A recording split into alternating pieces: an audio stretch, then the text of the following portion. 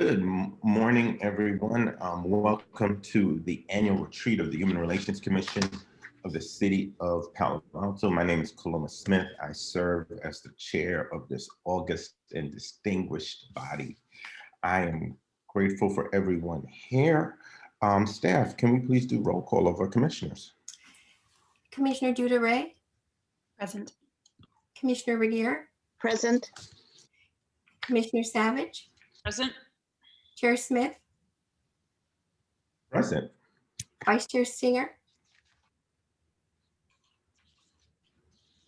He's on mute.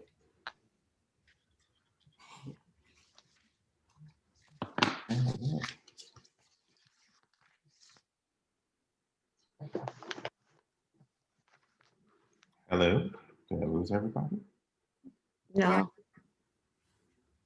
Barry's having. Present. Sorry. Okay. Yes, I think we have Palo Alto Wi-Fi is not working the best today. It wasn't working the best last night. Okay. All right. At this time, we have agenda changes, requests, and deletions. Do we have any requests, changes, or deletions at this time? Okay, we do not have any. We will open up for public oral communications. Are there any communications from the public? I do not see any external participants at this time. Minka, is that correct? That is correct, Chair. Thank you so much. I'm going to spend the first few minutes. I just want to give an overview of what we're going to do today. And then I'm going to spend the first few minutes really talking in detail about where we are, what we've done, so we can get a framework on us as a commission to sort of guide us moving forward. We will say 2020 was a year to be deeply remembered. It was a year that we saw seismic shifts in our culture, in our community because of the COVID pandemic. On top of that, we saw seismic shifts in race relations because of the Black Lives Matter movement that impacted the country and our area. Right now, I want to say thank you to all of these commissioners, because we came from meeting in person and never doing anything virtually by Zoom. And overnight, we've held all of our meetings on Zoom, and we've done everything virtually. And this commission has even become more effective in this space. We also faced some challenges this year in the fact that we as a commission were cut from 7 to 5. And in the interim period, we had some shifting that needed to take place. So we weren't at our full setup until September, but the commission continued to work well. I want to say also thank you to this commission, because we met more than ever this summer and this fall doing the work of the commission. Some months we were meeting 2 to 3 times, which is way beyond our regular cadence of 1 meeting a month. So each of you that took time to take the time out of your schedule, we just want to say thank you. Let's talk about what we've accomplished as a commission in this last calendar year. So I want to break this down into a few areas: core responsibility, community forums, community and civic engagement. On core responsibilities, we reviewed the Consolidated Annual Performance and Evaluation, that's CAPER, for the Community Development Block Grant, that's CDBG. That work was in September 2019, but impacted what we did in the spring with CDBG. A subcommittee of the HRC commissions made a recommendation for CDBG funding in the amount of $850,000 to the Finance Committee, March 2020. A subcommittee of the HRC commissioners and city staff served as a review committee for the Emerging Needs Fund. In 2020, a total of 12 grants totaling $87,000 was approved of the total approximately 75,000 was distributed for COVID-related needs. Those happened in the months of April and September. We reviewed and approved the Palo Alto Mediation Program Selection Panel's recommendation on appointments or reappointments of mediators in October. We made recommendations to the Finance Committee to approve the amended Community Development Block Grant Citizen Participation Plan. We did that in November. We reviewed the Consolidated Annual Performance and Evaluation Report, the CAPER, in November 2020, and reviewed the 2020 Human Service Need Assessment Survey results and made a recommendation on the draft for fiscal year 2022 to 23 Human Service Resource Allocation Process. That's called HISRAP, and Priority of Needs. And again, that was in November. I felt like we've done a great job working in these areas because those funds were needed more than ever given the current state of our city because of COVID. Okay, community forums. And we did an in-depth conversation on city updates and police reform with the Human Relations Chair, myself, the city manager, Ed Shikata, and Police Chief Robert Johnson in July 2020. Held a public forum on police reforms, 8 Can't Wait, with community input and expert panels featured Professor David Alice Klansky from Stanford, the co-director of the Criminal Justice Center at Stanford, Keena Mose, the Black Hub Org, Matthew Clare, the assistant professor of sociology at Stanford, and Anand Subraham, managing director of Policy Link, and Robert Johnson, Palo Alto chief, held a public forum bearing witness to Black and Brown experiences in Palo Alto in August 2020. Community and civic engagement. We coordinated LGBTQ Summit, LGBTQ Plus Summit, a coalition of city agencies, community, and academic association activities included a family movie night, opening of the LGBTQ Plus Cafe by Avenidas, transition leadership of LGBTQ Plus Summit from HRC to community. Good job. I know Commissioner Lee and Commissioner Stinger worked on this for several years, and I just want to commend both of them for an outstanding job. As part of the HRC contribution to Welcome Week, interviewed local immigrant business people to recognize their stories, endorsed and supported a collaboration of community partners in presenting building a more resilient community with a presentation by Dr. Robert Weiler, PhD. We had over 100 and something people attend that event. It was very well attended. Coordinated with the Recreation Division to plan and execute a movie in the park for National Bully Prevention Month, endorsement of the Youth Community Service event, strengthening families, development, and relationships, based on a referral by City Council, reviewed and made recommendations and presented recommendations to Council on 8 Can't Wait framework for police reform. Based on a referral by City Council, research, wrote, and presented a council report on Black and Brown Palo Alto history and current experience. Wrote and presented a letter to Council in support of Safe Parking Program. Endorsement of an information session titled Palo Alto Eviction Moratorium.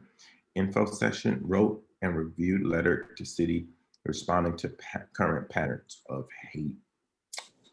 We also, in the same time, we did the Transportation Learning Series presentation by representative of Santa Clara County Transportation Authority, presentation on adolescent and teen vaping by the Adolescent Counseling Services, and consideration of avenues for HRC response. Presentation of homelessness by Catherine Kaminsky, Continuum Care Manager with the County of Santa Clara Office of Supporting Housing. Hosted a Human Services Allocation Process Listening Forum during the commission meeting to update on their program. Speakers included presentation by Suli Resbon, VP, Strategic Innovation and Community Engagement, and Bryn Nieder, Chief Executive of Abilities United, on their new affiliation with GatePath. Panel presentation on adolescent and teen vaping by Becky Beacom, Health Education Manager Palo Alto Medical Foundation, and Philippe Ray, Executive Director at Adolescent Counseling Services. Report on Community Service Department Inclusionary Program by Kristen O'Kane, Community Service Department Director. Presentation by Dr. Karen Eggleston, Director of Asian Health Policy Program, Stanford University, on perspectives of novel coronavirus 2019 pandemic in February 2020. Presentation by Rachel Tanner, Assistant Director of Planning and Community Environment, on Safe Parking Pilot Program and Next Steps, February 2020. Presentation by Corey Amal, Executive Director of Bay Area Western Chapter of Paralyzed Veterans of America, February 2020. Discussion with Palo Alto Chief Robert Johnson and Assistant Chief Andrew Bender regarding 8 can't wait policies.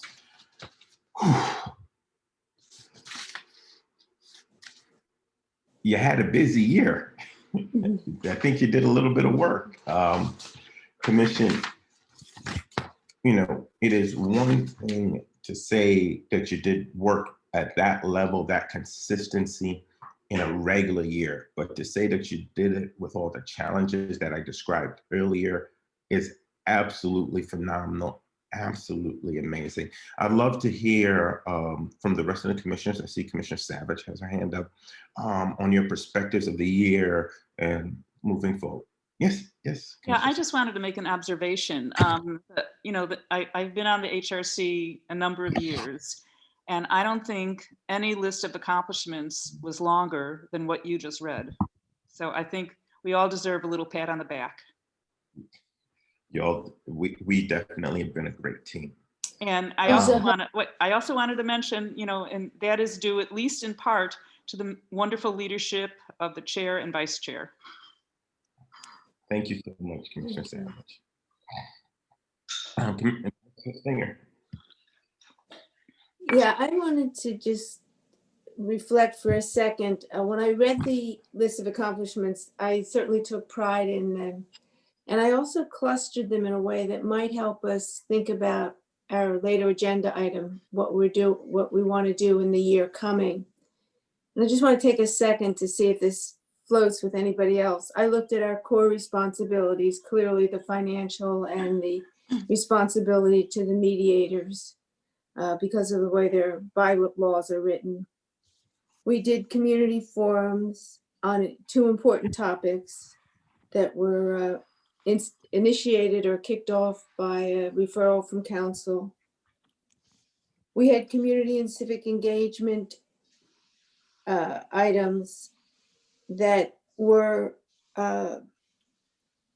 many of them, the gender, the immigrants, the civic dialogue, were part of a response to an earlier council referral for a diverse, supportive, inclusive, protective environment.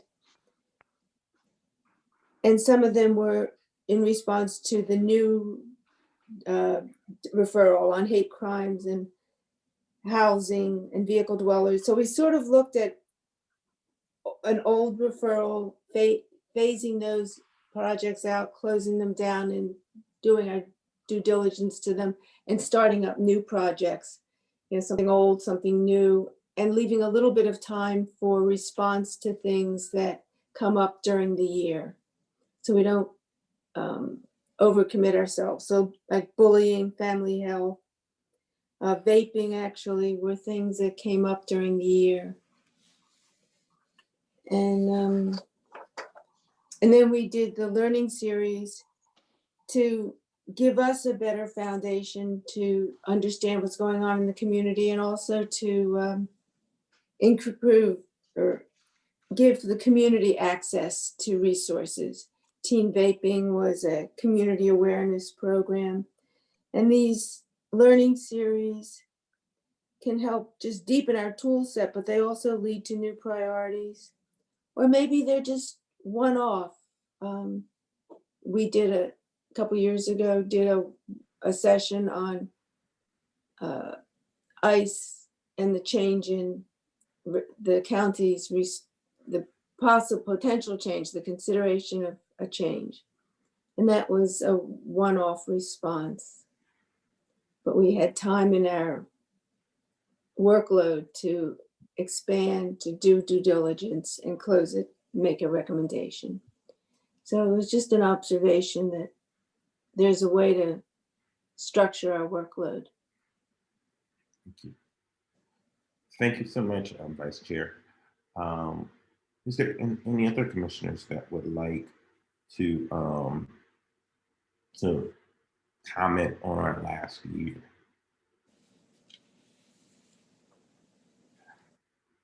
All right, so I would like to move on to agenda item number 2. I would like to hand it over to our chair, and then I will open.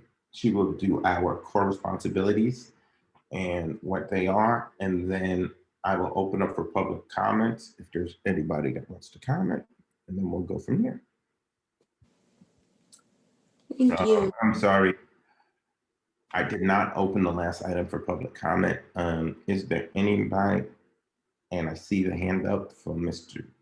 James in our review of the past year.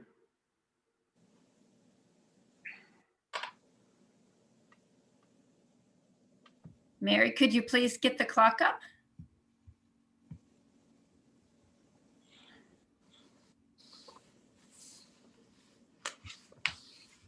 Okay, hold on one second.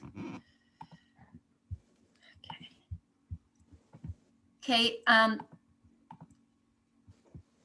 go ahead, Mr. James, you have 3 minutes. Thank you very much. I've found this year very educational. I didn't make all of the HRC meetings by any shot, but clearly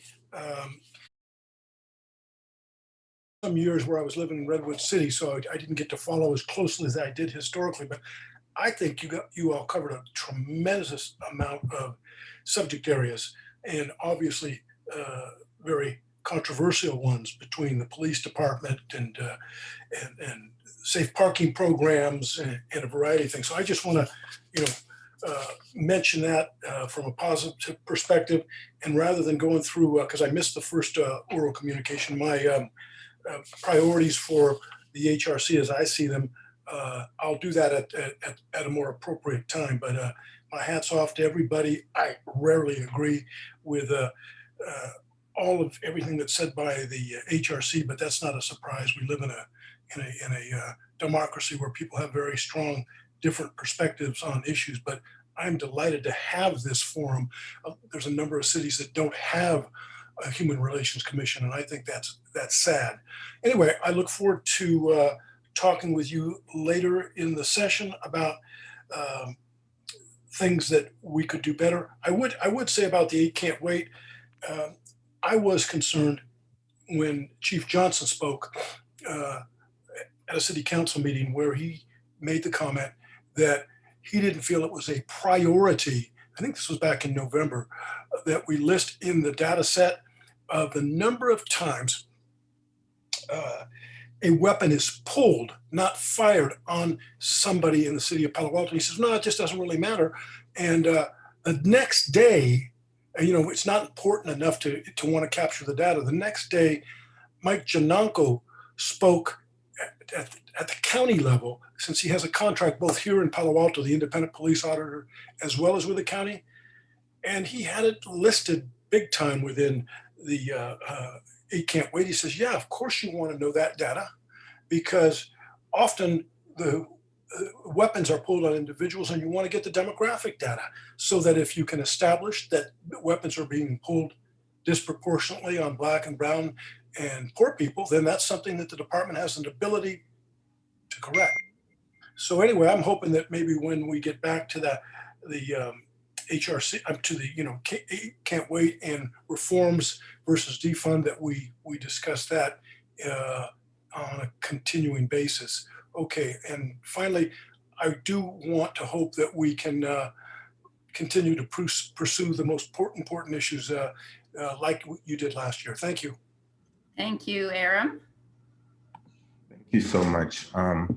Before we start into our second part, I will say a significant part of our success this year has been due to the tireless work of our vice chair and her willingness to pitch in wherever needed. I feel extremely grateful and I feel extremely honored to have her as the vice chair of this committee. She's done such a phenomenal job. We wouldn't be where we are without her work. She is going to lead us on the discussion of core responsibilities at this time. And at the end of it, we will talk about committee assignment. I will give her committee assignments at that point. Thank you. That's really very much appreciated. Very thoughtful. Thank you. I want to talk about the core responsibilities, trying not to repeat what we've said in other sessions, but just to lay the groundwork for the work going ahead. For CDBG, we will begin in the next quarter a committee of two working with planning department, or is that right, Minka? Yes, it's the planning department. It is the planning department. To review proposals for affordable housing, homelessness, community services, and public improvements that improve the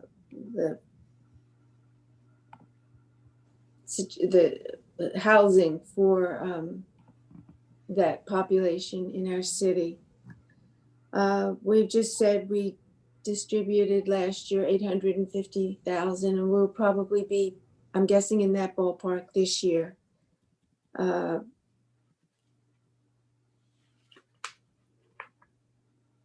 want to look at his wrap, and I think we have a slide here. Can you help me, Mary, and pull up his wrap budget to share? I thought I'd be able to do it, but I became challenged on my computer, as we saw earlier. I really, if it's too hard, I don't need it. With his wrap, we gave out over $500,000 to 15 different organizations.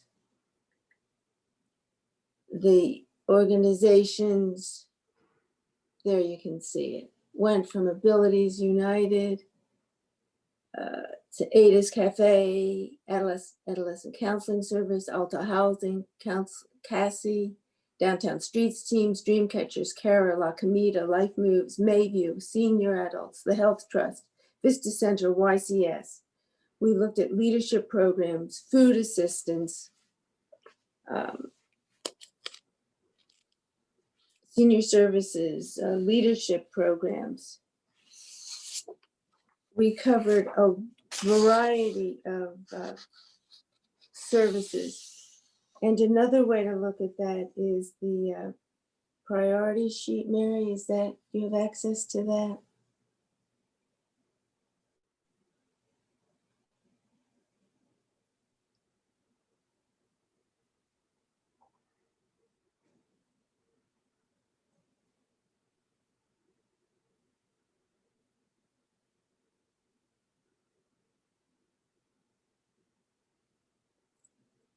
While Mary's pulling that up, I'll just say that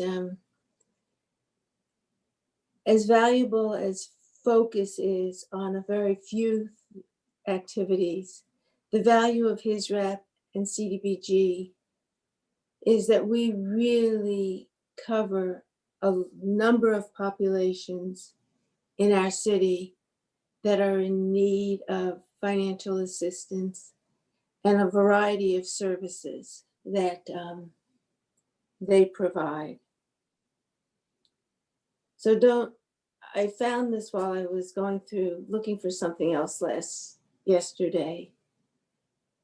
And I tried to update it to reflect where we are today, but don't hold me to it. It might not be exactly right, but look at this. The populations we served: disabled and visually impaired, low-income families, LGBTQ+ families, working families, the unhoused, children and youth. We looked at youngsters, elementary school, middle school, high schoolers. We have after-school activities that give academic, social, leadership, recreation, stress management, domestic violence victims, home food access, gender identity, grief support, affordable housing, legal aid, elder abuse, medical, dental, emotional health, working experience. And I could have expanded those programs or services to give a lot more detail. But even in the collapsed version, we do a lot for the community, or we have our pulse on a lot. We don't do a lot. Other people in the community do a tremendous amount.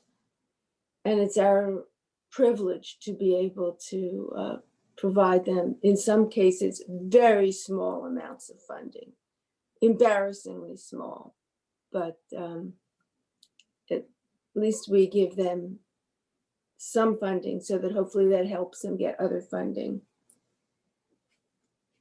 So the HISRAP and the HISRAP Emerging Needs programs will begin in the same time frame as CDBG. And then we should be prepared as commissioners to do some in-depth reading. We will have criteria against which to measure each proposal so that each proposal has is held up to the same standards. The other piece of our core responsibility is the liaisons. I just mentioned quickly that our relationship with Palo Alto Mediators Program, PAMP, is one of history and bylaws. The bylaws say that new mediators, the panel of new mediators will be approved by HRC. We worked this year to get the interviews completed, the recommendation into HRC before PAM voted on it. So it was actually something actionable. Our review was not a rubber stamp. So we are obligated to have that liaison relationship. We also have a relationship historically with PAPD and Avenidas. And those relationships have been very fruitful because they're areas where we have topics of interest historically and going forward. We've been involved with the senior population. We've been involved with police policy. And having the liaison helps us to hear where they are going and helps communicate our position and our sense of the community and hear their sense of the community. Those would be the 3 HRC liaisons that we should have going forward. We also have had a liaison with each of the council members. Traditionally, the chair has been responsible for keeping the mayor apprised of where we're going, what we'll be bringing to council, what we would like from what support we need from council, finding out what support they need from us. The vice chair has been the liaison to the vice mayor. And then we each have communicated with our council, with a council member, just informally. Sometimes it works, admittedly, and sometimes it does not work. But when it does, it's a very rich communication. Vice Chair, did you want to see the PDF you had on this, or do you just prefer to do this one orally? I think I'm going to close right now. Okay, thank you. I just wanted to check. Appreciate that. Thank you. What I would like to do is first before I turn it over to the chair, ask if there are any questions about our responsibility.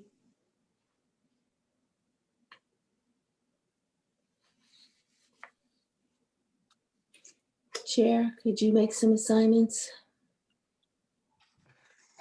So let us go to public comments at this time, and then we will come back to committee assignments, and we'll talk about liaisons.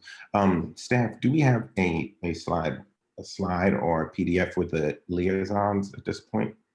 Yes, we do, but would you like to do that after public comment? Because then Mary will get the timer on the screen first. Yeah, I was just trying to get us prepped for that. I hear you. Thank you. We have public comment from Mr. James. So hold on while Mary gets the screen on, and then I will work to get Mr. James to speak. So we'll just take 1 second.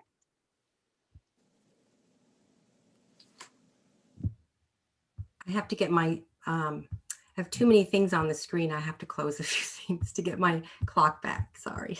Take your time, Mary. Take your time.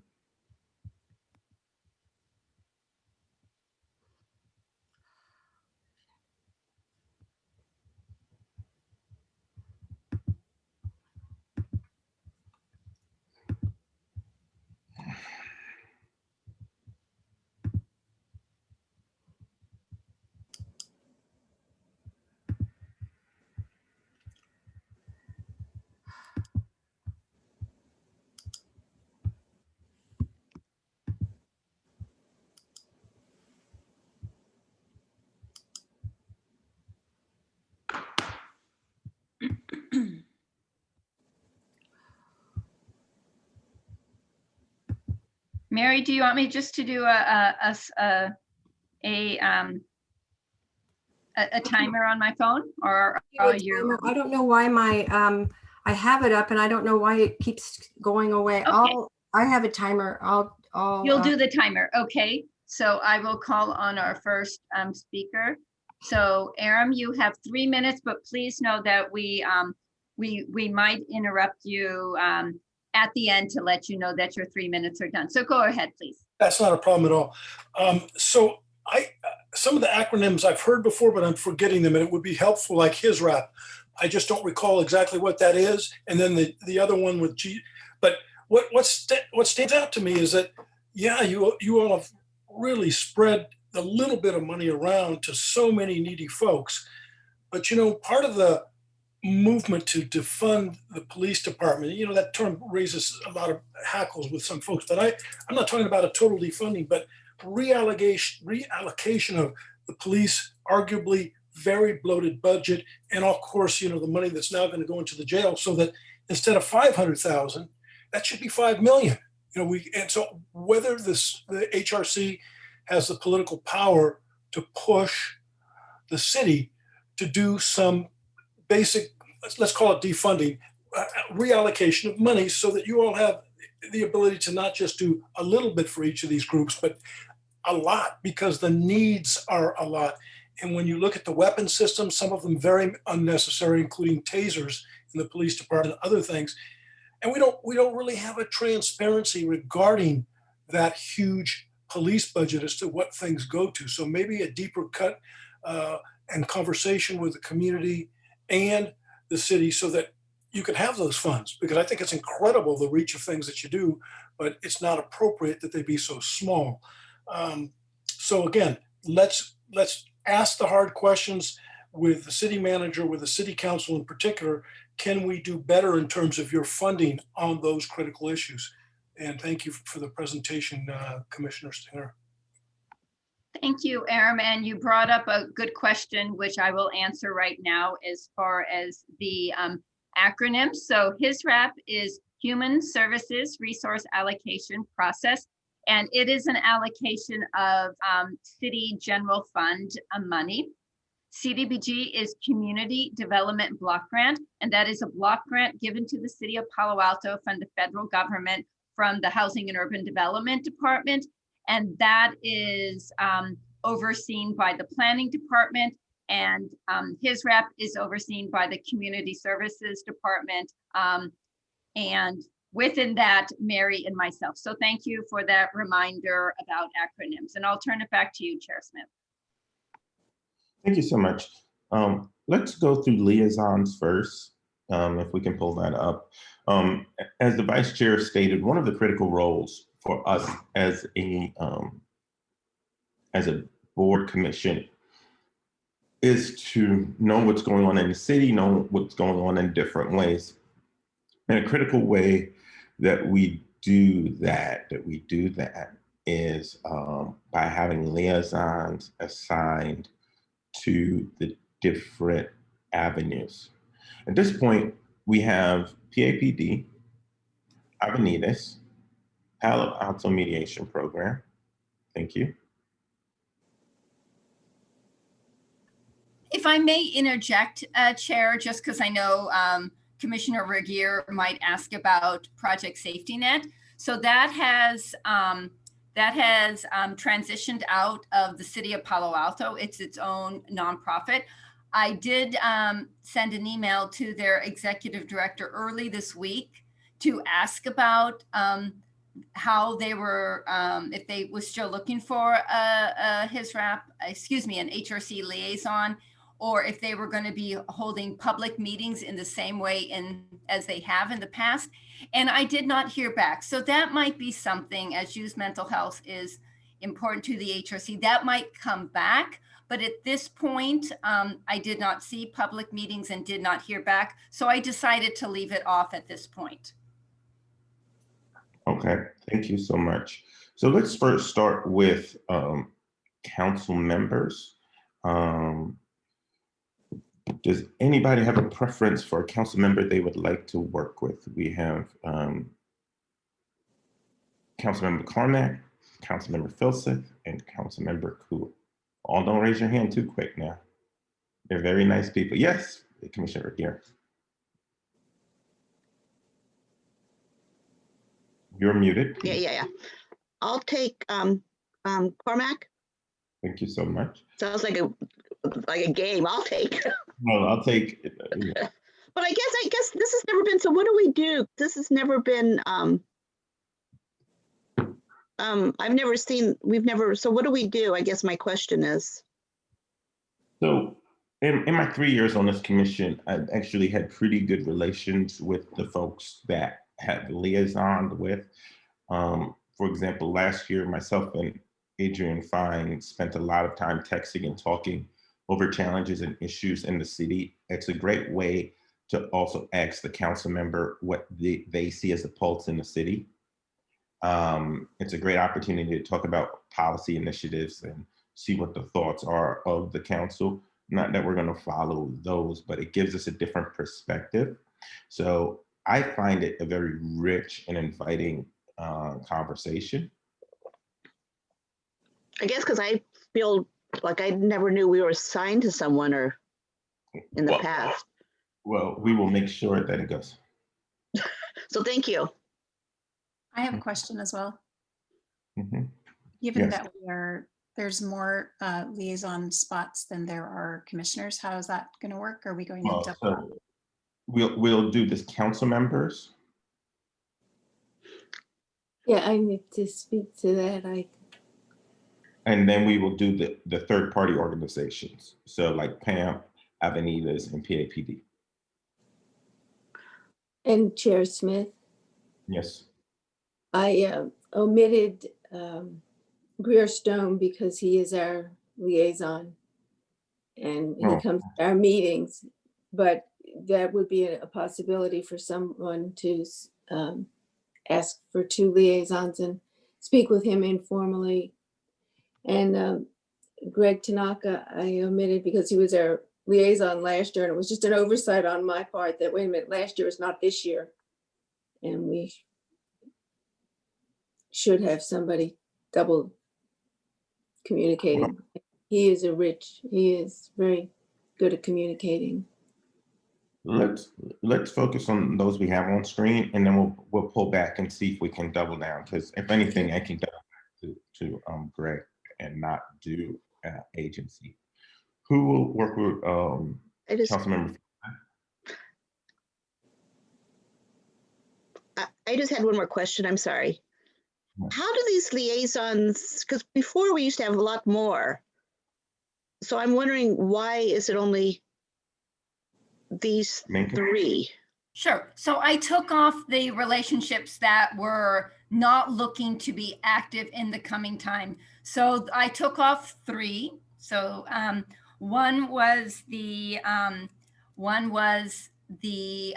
Project Safety Net. The second was the Healthy Cities Committee, which during COVID has not been active because agencies are just trying to address the issues within their own agencies. And the other one was the Age Friendly Committee, which I oversee. And in all honesty, I have not been able to pull that together. I have been meeting informally with some agencies that serve older adults, but have not pulled it together. So those other 2, as they ramp up, if and when they ramp up, I can come back and bring those opportunities to the HRC. So those are 3 less than last year. And that would be my response. Does Because that help? Well, it does, but it doesn't, because our mission, I'm just looking at our mission, is to promote fair treatment for all people, particularly our most vulnerable. And I'm wondering, I mean, the police department, I don't think is really the most vulnerable, and Avenidas. And I'm just wondering if, why can't we add like a liaison to unhoused or a liaison? I'm just wondering, that is our mission, and I don't think our liaisons are necessarily coordinated to. Our mission isn't to just to be a liaison to. Do you know what I'm saying? I don't understand why we can't have more. So I think there's a few things. As a commission, we advocate for those who are disadvantaged. But if we have no connection to those that write policy, then are advocating for those that are powerless or those that are marginalized, we don't have the path to policy, to changes, to conversations. It absolutely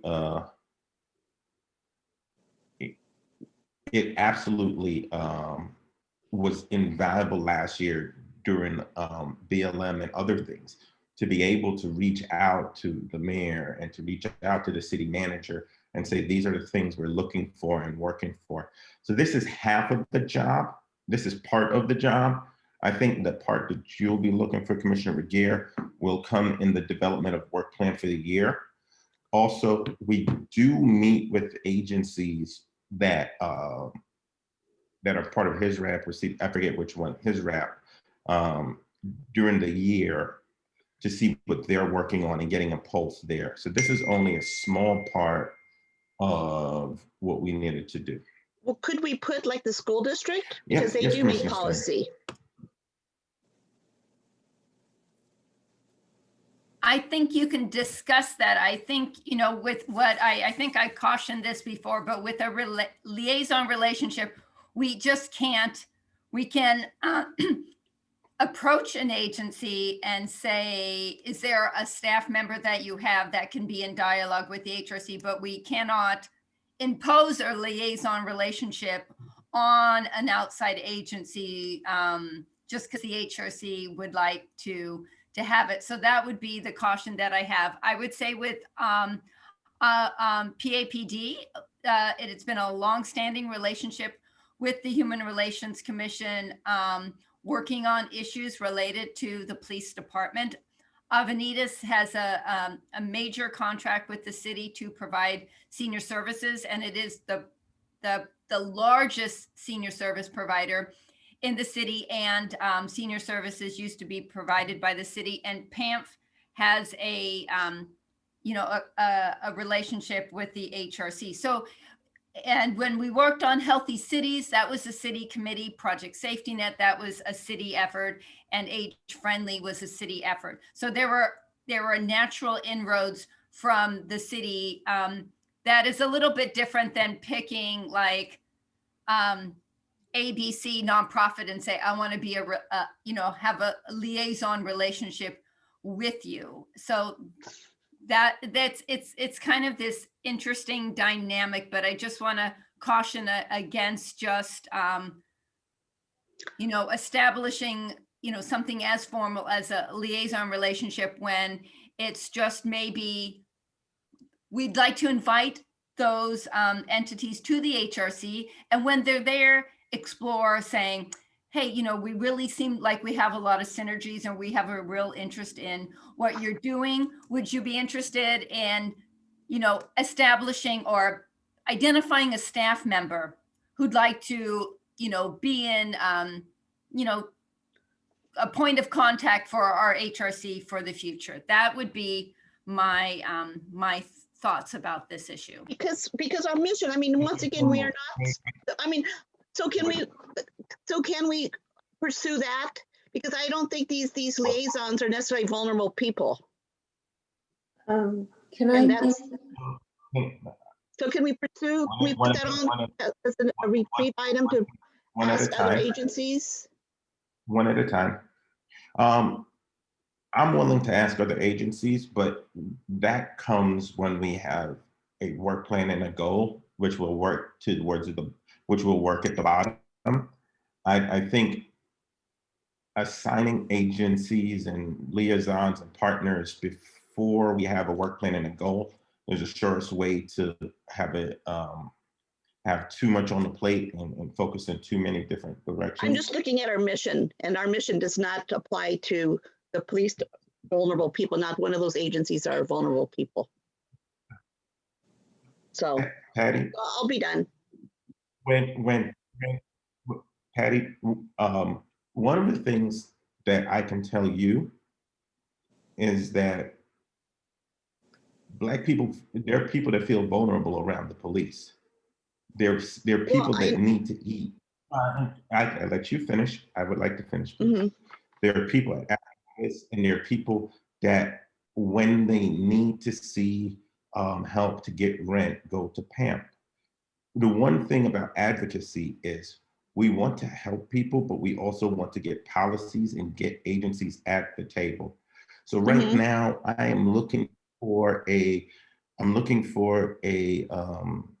commissioner to work with Councilmember Filseth.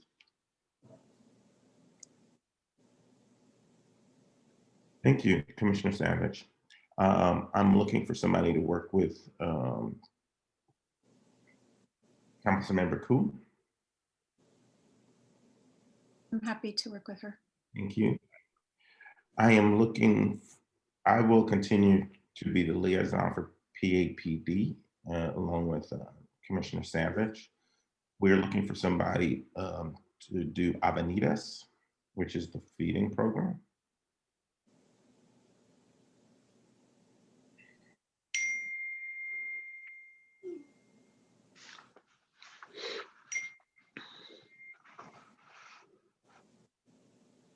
Please put Smith and Savage for PAPD.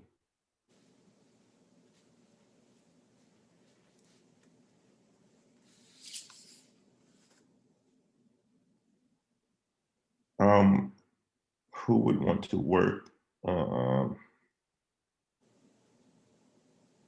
would want to work with Avenidas?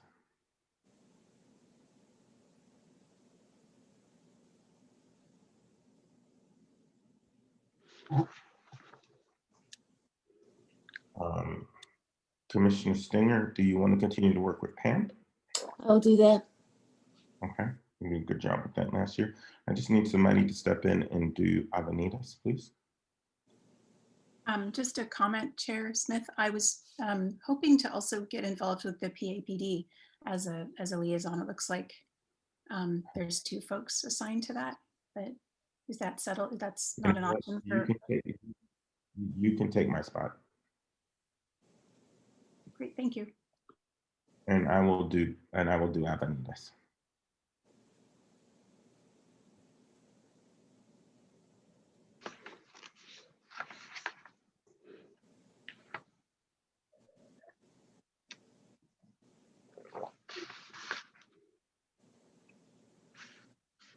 Mary, could you possibly see if you can make this page a little bigger, unless it's just very small for me? Just this one, page 1, please. Thank you so much. Okay, so PAPD will be Commissioner Tiriel and Commissioner Savage.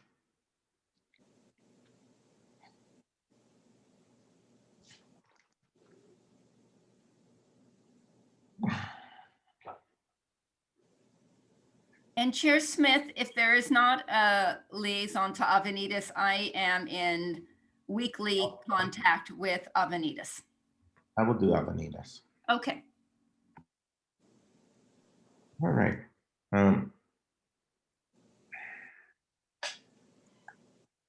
Thank you so much. Now, let us talk about funding committees. CDBG will be Commissioner Stinger and Commissioner Tiriel. His rep will be myself and Commissioner Regier. Yeah, I got the slide wrong. Don't worry about it. And emerging needs will be Commissioner Savage and Commissioner Tiriel. Oh.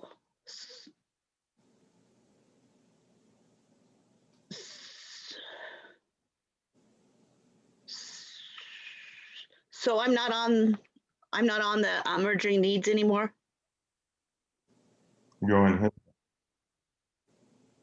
No, what I specifically was trying to do with the order here was provide as much experience for Commissioner Tiriel as possible, since the majority of us have been on this commission before and served for several years.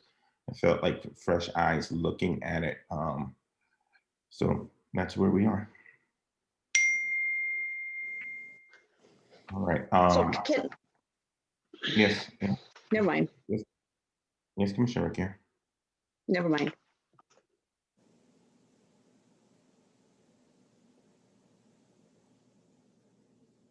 All right. Any other? Commissioner Stinger, yes, please. Sorry, I should have lowered my hand. All right. Right now, we're going to go for break. Is there any other comments, questions, and assignments? Everybody, let's take a 15-minute. We're doing really good on time. I will see you at 10:10. Thank you. And if everybody can just remember to turn off their audio. Perfect. All right. So before we get to public comments about our goals for this upcoming year, I just wanted to give you the format that we are working with, especially with the revisions that council has made. We got a line. Especially with the revisions that council has made. Mary, if you can reshare the screen, please. Sorry. What happened? It became a straight line across the screen. I think you have to do another. There it goes. Thank you. Oh, sorry. I hit my stop screen too quick. Okay, now I lost it. Hold on one moment. Take your time.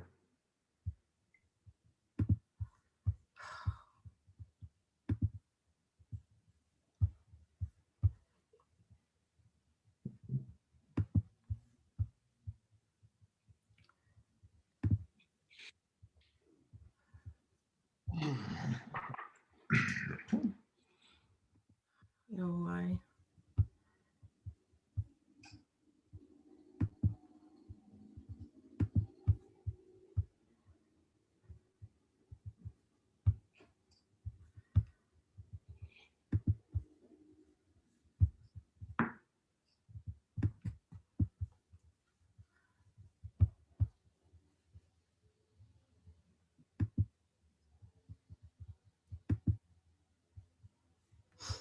I lost all my. It's all right. We can bring it up after public comment. So the city has given us some specific formats to work with as far as laying out a work plan for council. As we lay out our goals and visions and hope for today, we will need to be able to fill out this work plan and provide it back to council. The great thing is it's a blank form. The council didn't fill in anything for us, so we can put whatever we need to put on the paper. But I would like to respect the process and at least provide them with the needed information. At this time, I want to open this up for public comment. Each year, we as a commission, we as a body, develop a work plan. I've seen it be a lot of different things over the years. My goal with the work plan is to focus on some specific areas and continue some work from the year before and be impactful and effective in those areas. At this time, I would love to hear public comment. Now, staff, who do we have at this time? We have one speaker. Mary, are you able to get the Yes, there you go. So hold on 1 second. We have one speaker. We have Aram James. Aram, you have 3 minutes. Go ahead, please, sir.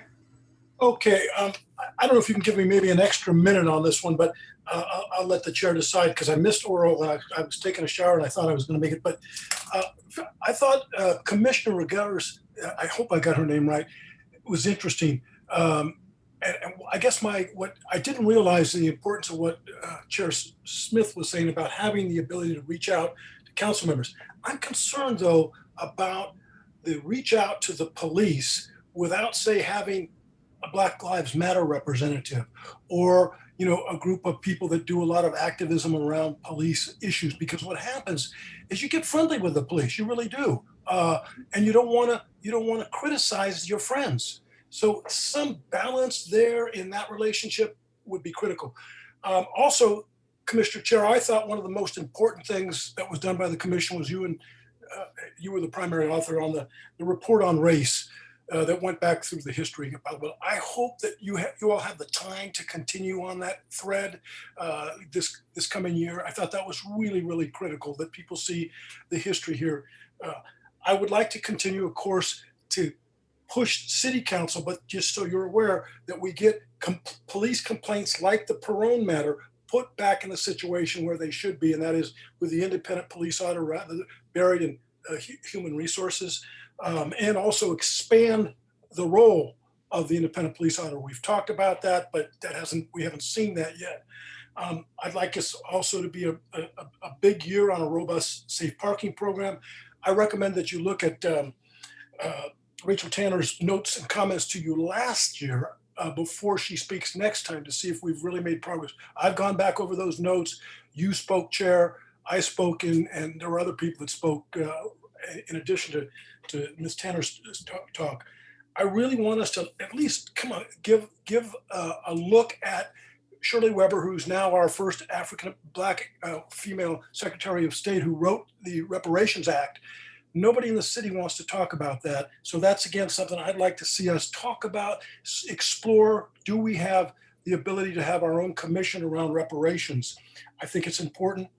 I'm also concerned, look, we had a $1 million contract for 5 years of 2 toilets. Wouldn't a good portion of that money be better spent on the safe parking program? Our priorities seem to be in certain areas upside down. So I'm hoping you'll look at that. And that part of that is, more emphasis on looking at the consent calendar and not let big budget items go without scrutiny. Also, you've probably seen some notes this week. I'd like to have a powerful discussion around naming Foothills Preserve after Judge LaDoris Cordell. She's had an amazing career. We don't always get along. We've had major disagreements over the years on that. So just that we can explore it. I noted even some hostility from the Recreation Department, myself and Rebecca Eisenberg and Mark Weiss. It's pretty much an all-white group. And I'll leave it at this. I feel like there's some macro aggression to the idea that a Black woman with all of her amazing accomplishments can't get a park named after her. So I hope we move forward on that. Thank you very, very much for your time today. Thank you, Aram. Thank We you. have no more speakers, Chair. Thank you so much, Aaron. All right, let's bring up the work plan, please.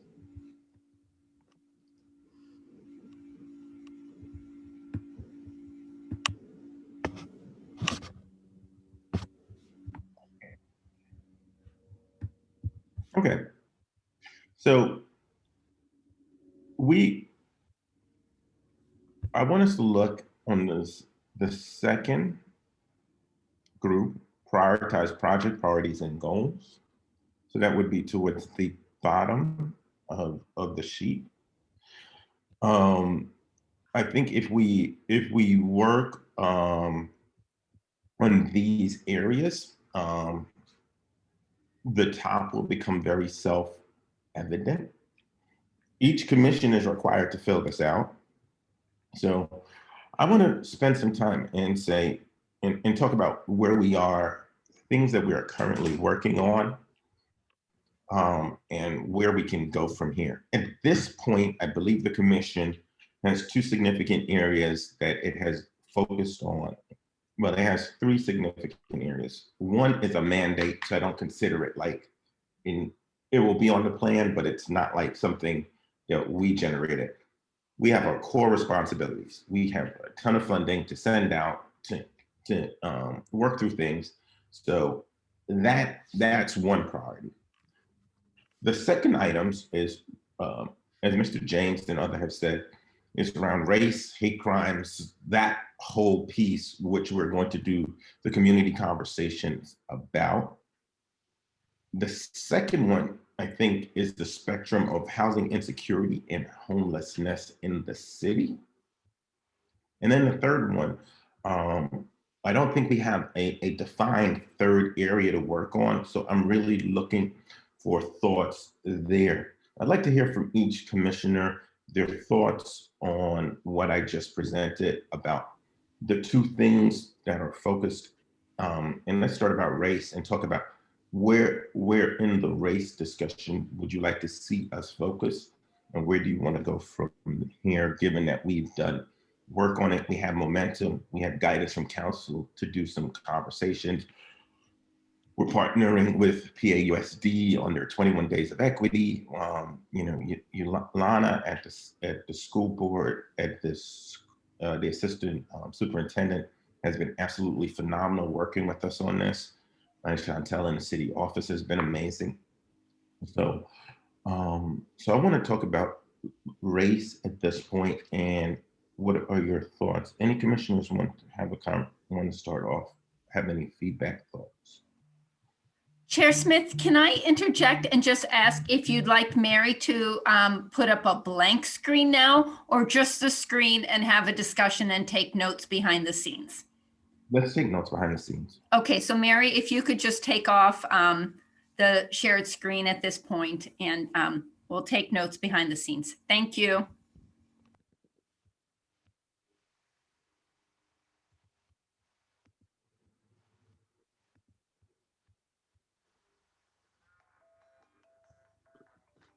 You're muted, Valerie.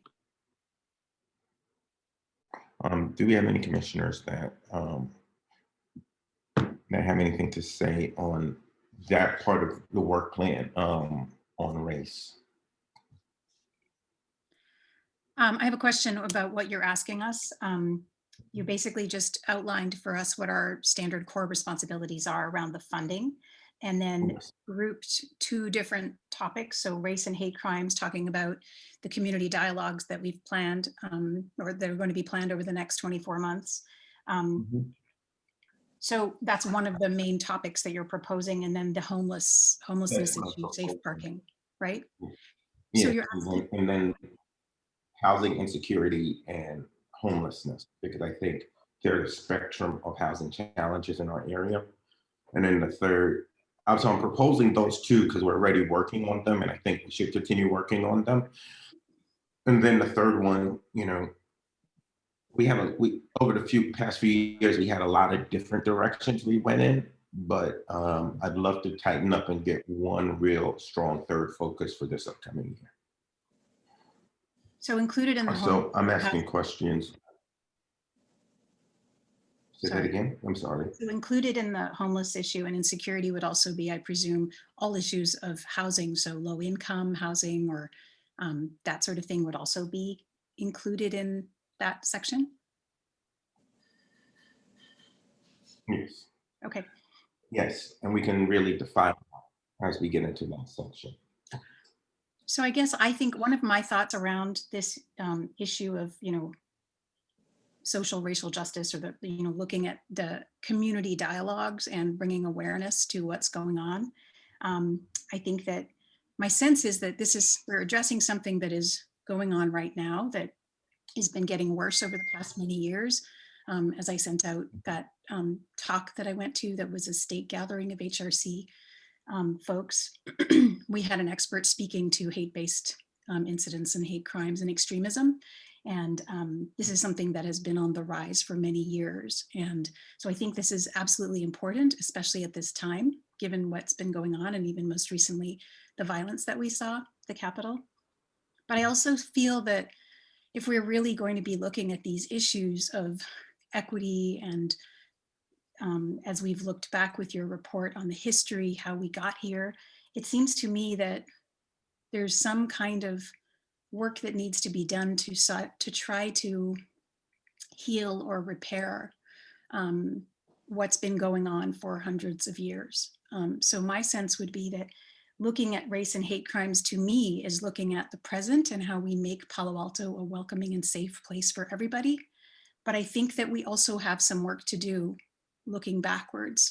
Why do we only have 1.5% Black community in Palo Alto? Why is it so low? I mean, these sorts of things, last year Palo Alto had the city council organized for Richard Rothstein to speak on the color of law, looking at how we've, the history of segregation and how we've gotten where we are.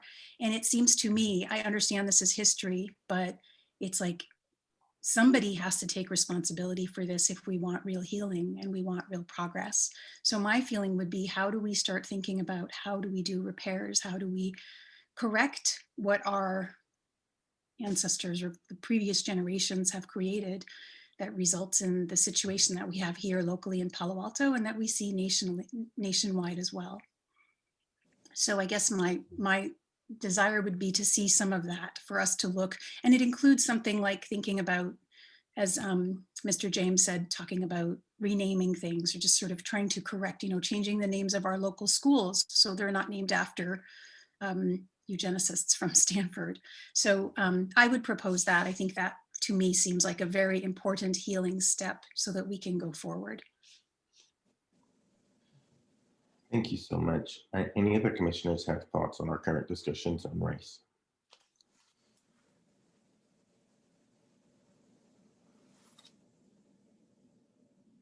Yes, Commissioner Sting.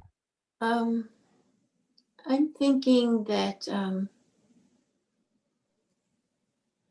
I hope a lot of process will come out of the conversations, and some actionable steps will come out of them to repair the damage that has occurred over 4 centuries and give us a better foundation going forward.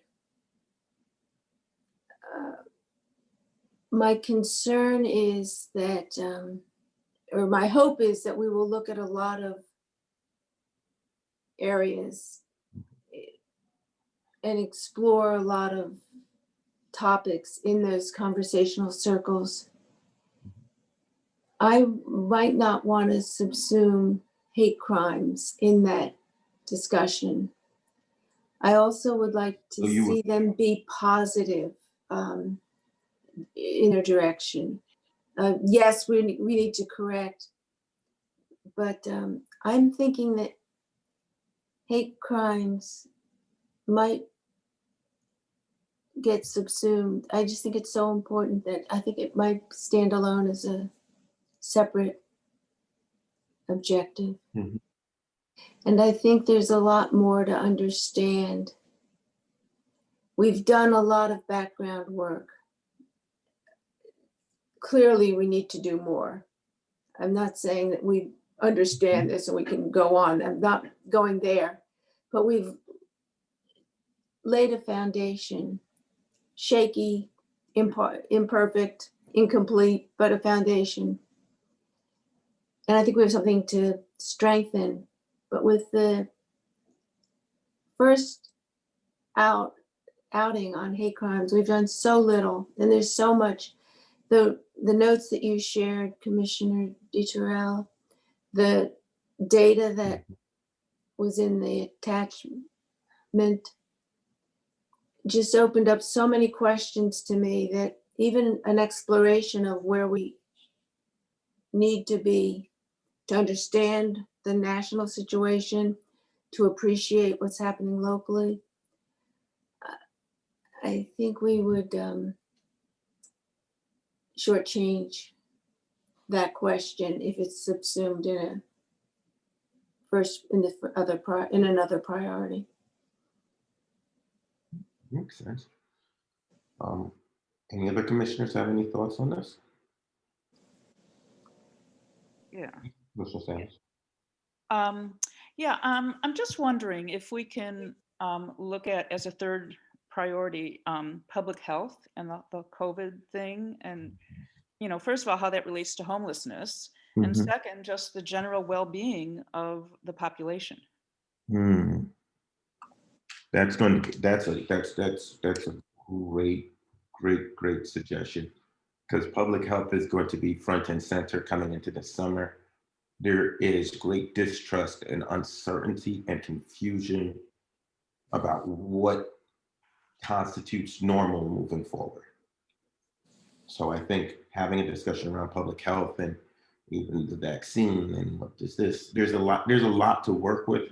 And I definitely think that's an HRC issue. Wow, that's a good point. May I interject, Chair Smith?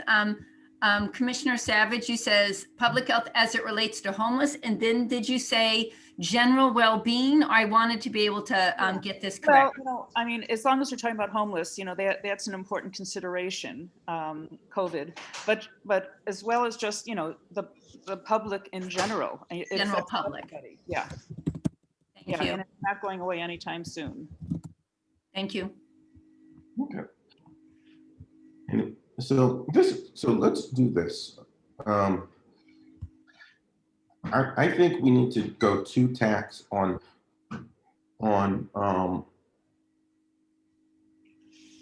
priority number 1, which is race.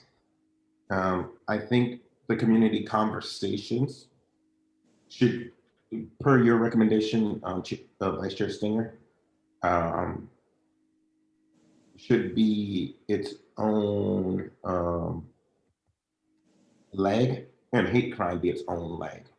Because this is what I think. The community conversation is great for civility and starting to talk to those that are receptive to have conversations. But I think hate crime and hate incidences become policy issues, not some civility issues. I do hope that we will get some policy out of the civility also. I don't want to close that door, but I think it could open in a number of different ways. Well, see, but I think they're 2 different policies, right?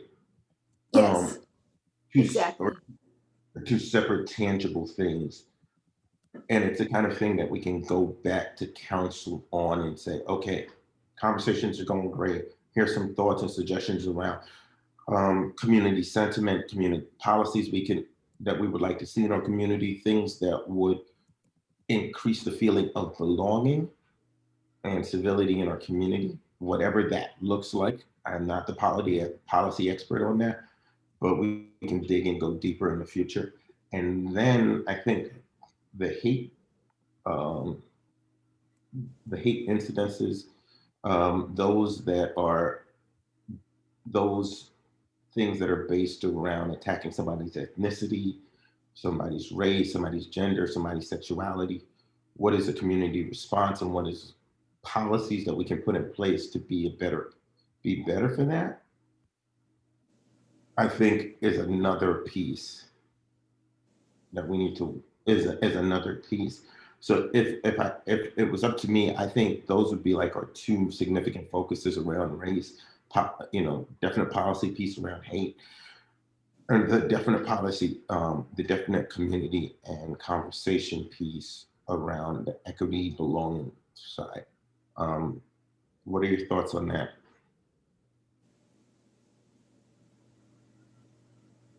So if I understand correctly, Chair, you're saying that we take race and subdivide it into two, or you're talking about those being each their own standalone priorities if we're looking at 3 priorities? Race and divided by 2. Okay. Yeah, I think that makes sense to me. Commissioner Regehr, do you have any comments?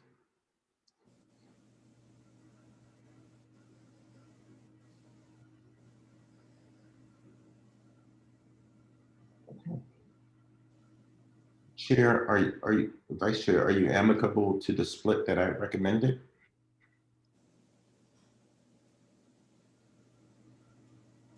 Yes, of course I am. My thinking, I guess where my head was going was race and housing may overlap also. So I don't know where that spillage or where that sort of bleeding borderline will go, but it is something I'd like to keep open. And I think as we think about whether we do the 3 priorities or whether we have 1A and B and 2 and 3, we need to be very conscious of our bandwidth. I think race with a community conversation subset and a hate crime subset, that alone could be our workload for the year. If we were a grand jury, we would say, this is where we're going to dig deep. Mm-hmm. And we need to keep that in mind as we look at housing security with all of its subsets. And a third topic, community health, well-being. That's huge and so important in this COVID environment. I mean, sometimes I wake up thinking, I can't stay inside another minute. I'm really just at my wit's end. And sometimes I wake up and think, oh, I can't go outside. It's so scary. I really just want to stay inside. And then I think, what's wrong with me? And so, and I think I'm pretty stable. Mental health is a big issue here. And that, people are, we're past cabin fever at this point, where like people are stir crazy, homes that aren't that big square footage wise, has everybody in the house all the time. So it's definitely fraying on people's nerves at this point.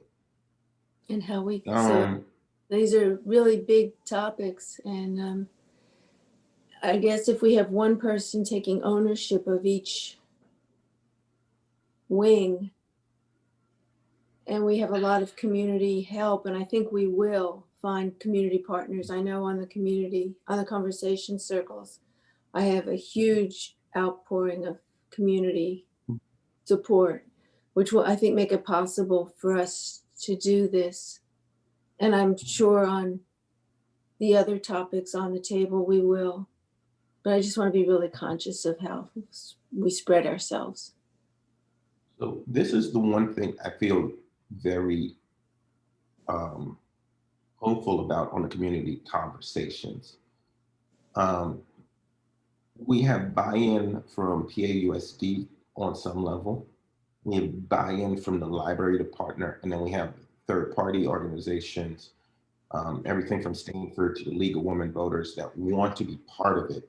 So I feel like there is, in those conversations, more mobilizing and organizing of resources in the traditional heavy lifting of us driving the whole process. I believe, this is the first time that I've been on the commission where I can see 7 or 8 different other entities, and including people in the city manager's office, that are helping us push this ball down the road in a significant way.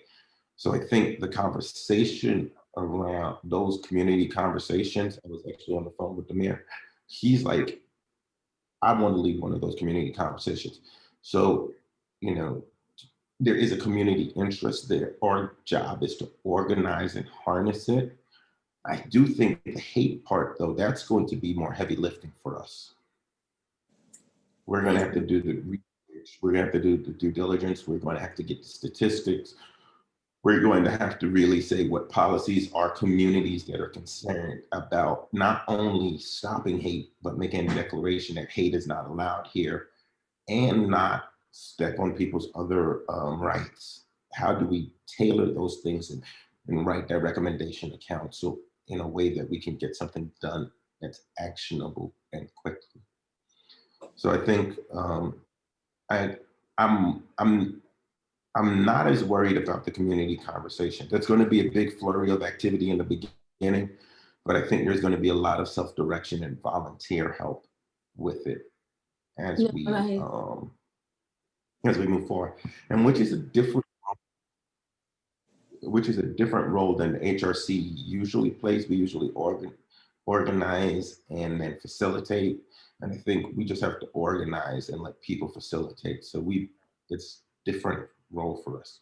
Yeah, I found that. I totally agree with you. When I was kind of sketching out a work plan over these past couple of weeks, this is a much more definable end. It's like a product development instead of a product planning or a new product planning.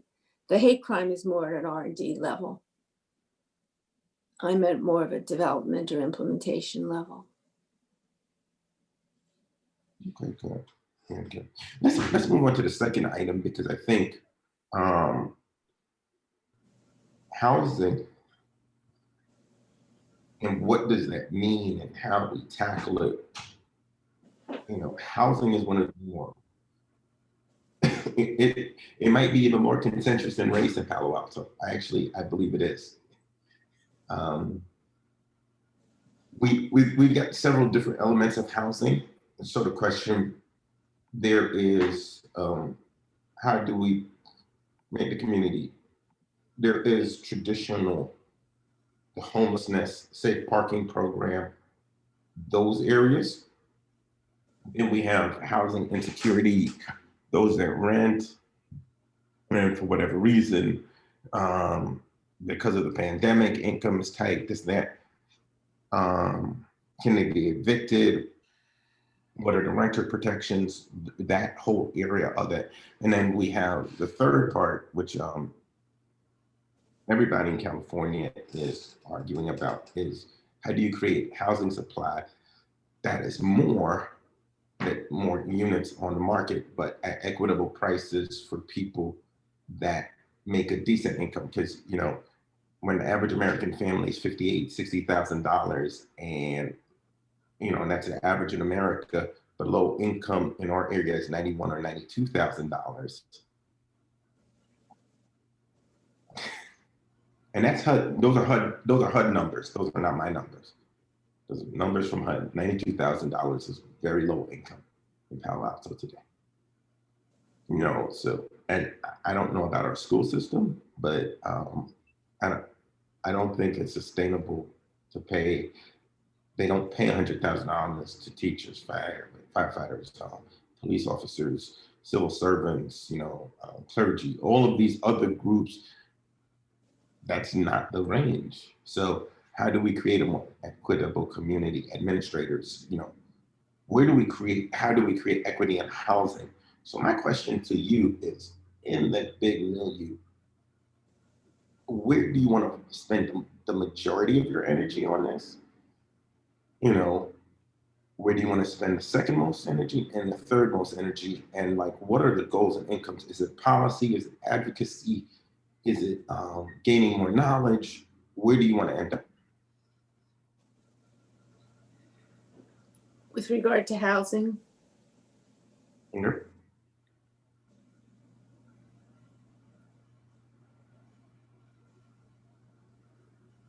I think maybe the first question would be, where do we add value?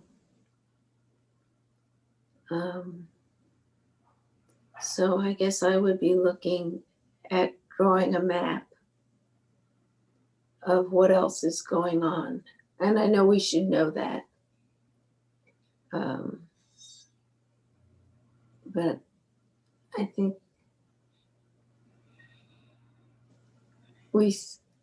there's such we need to focus and drill that down.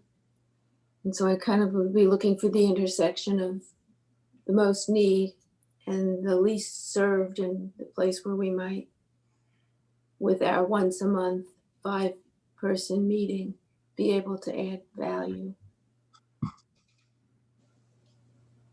Yeah, I mean,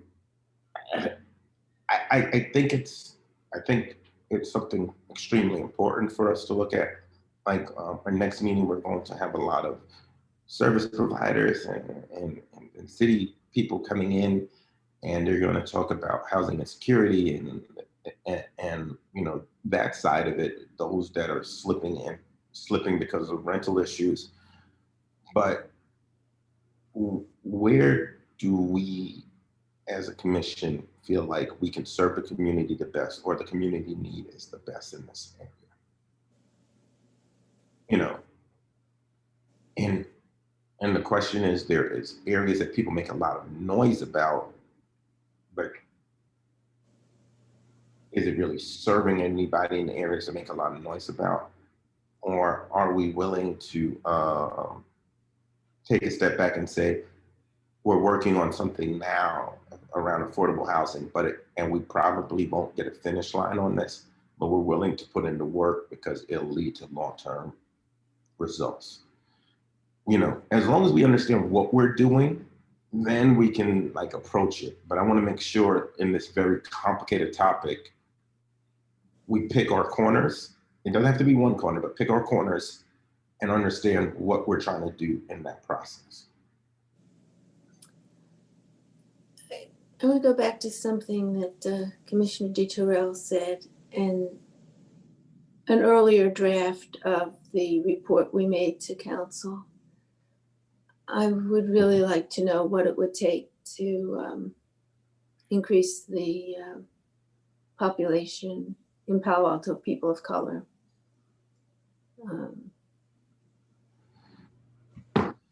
And I think we have some ideas, we've talked about them, and I would like, that would be one of the corners I would take.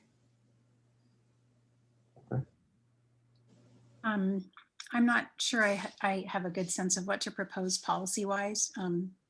I don't think I understand housing very well and all of the kinds of zoning, et cetera, being very fresh to all this. But I guess what I would say is that my feeling is that there's a lot of fear or desire to personally do well, and a lot of the resistance to opening things up or having more affordable housing and different communities come into Palo Alto is sort of fear of the unknown in many ways. And so I guess my feeling would be this is sort of a long-term kind of learning and education and exposure and empathy growing around the value of diversity, the value of different communities, the beautiful culture that gets brought forth,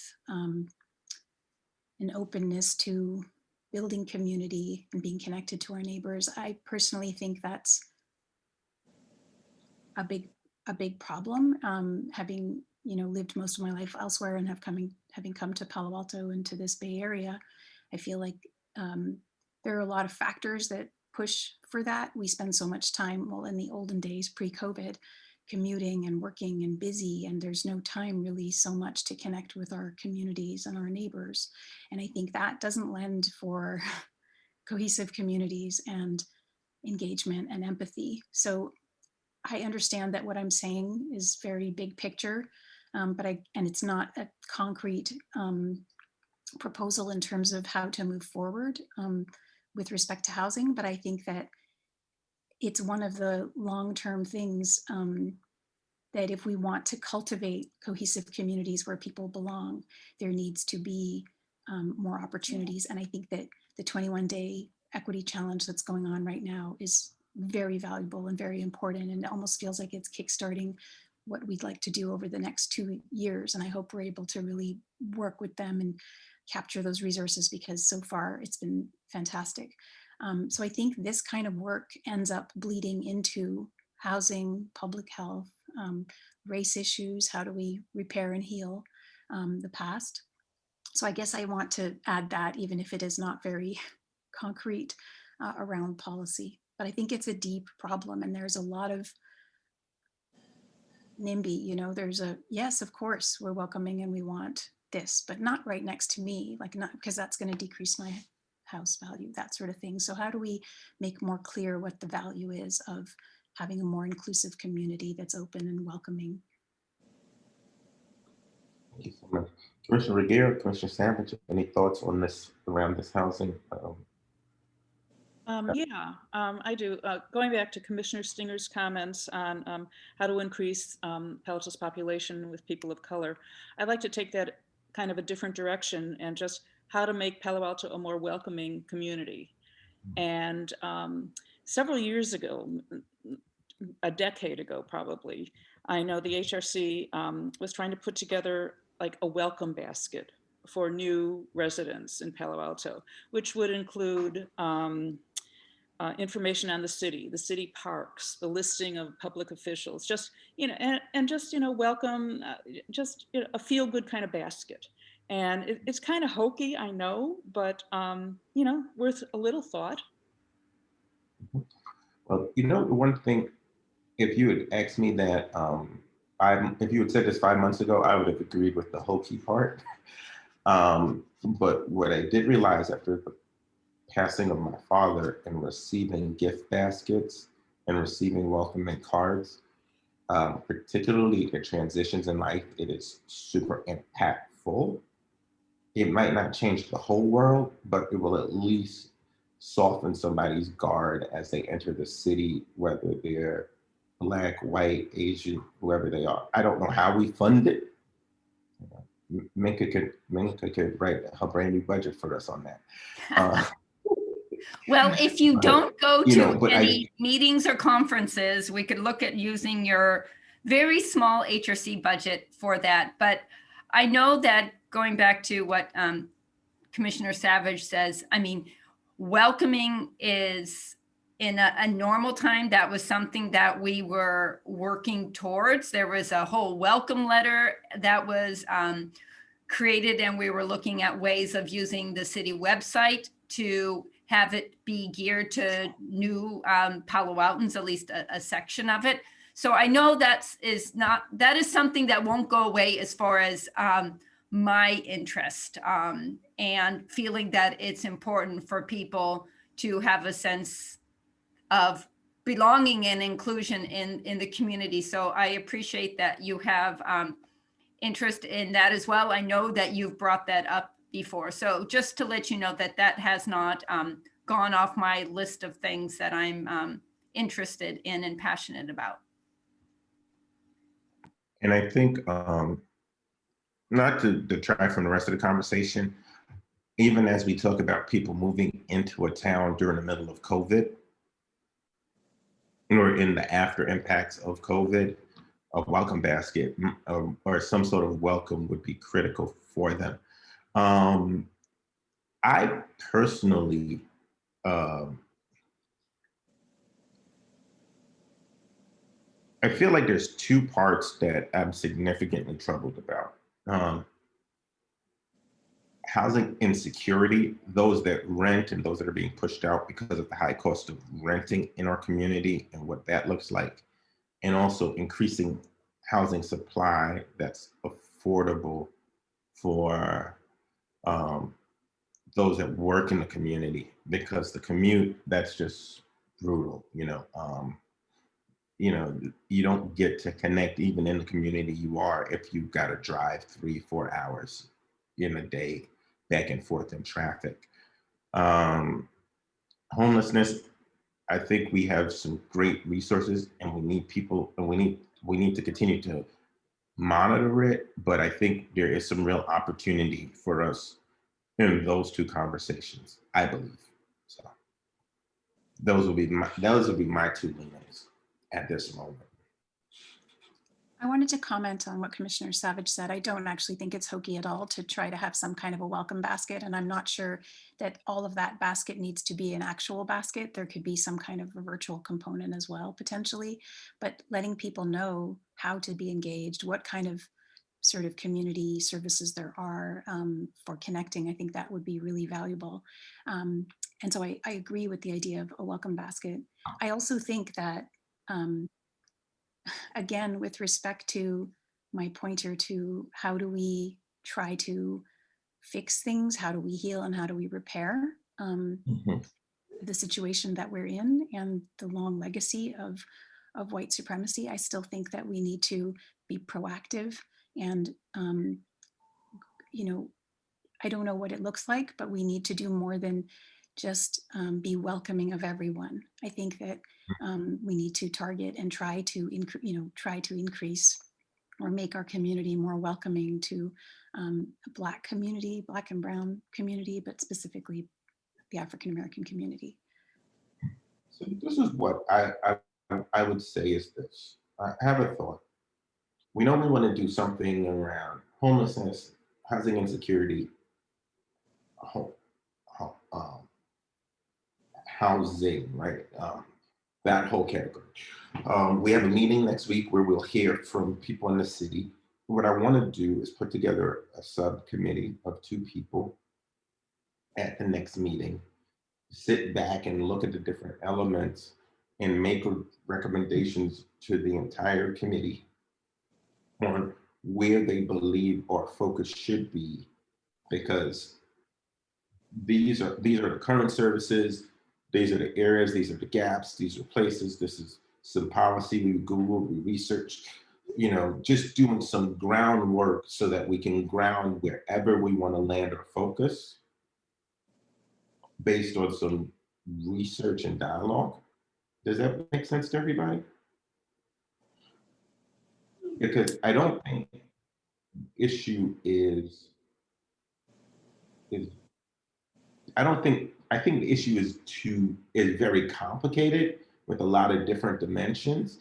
And I think having some people just at least spend a few hours just trying to figure out where we are in Palo Alto, some of the other options, some of the policy and communication and community connectivity points that we could work on in this, you know, get a lay of the land. I know staff has some good stuff. I know people like Philip Daw have some good stuff. I know Amber from Life Moves has some good stuff. I know Angie Evans from the Renters Association has some good stuff. I know there's some realtors in the area and community organizations that have some good stuff.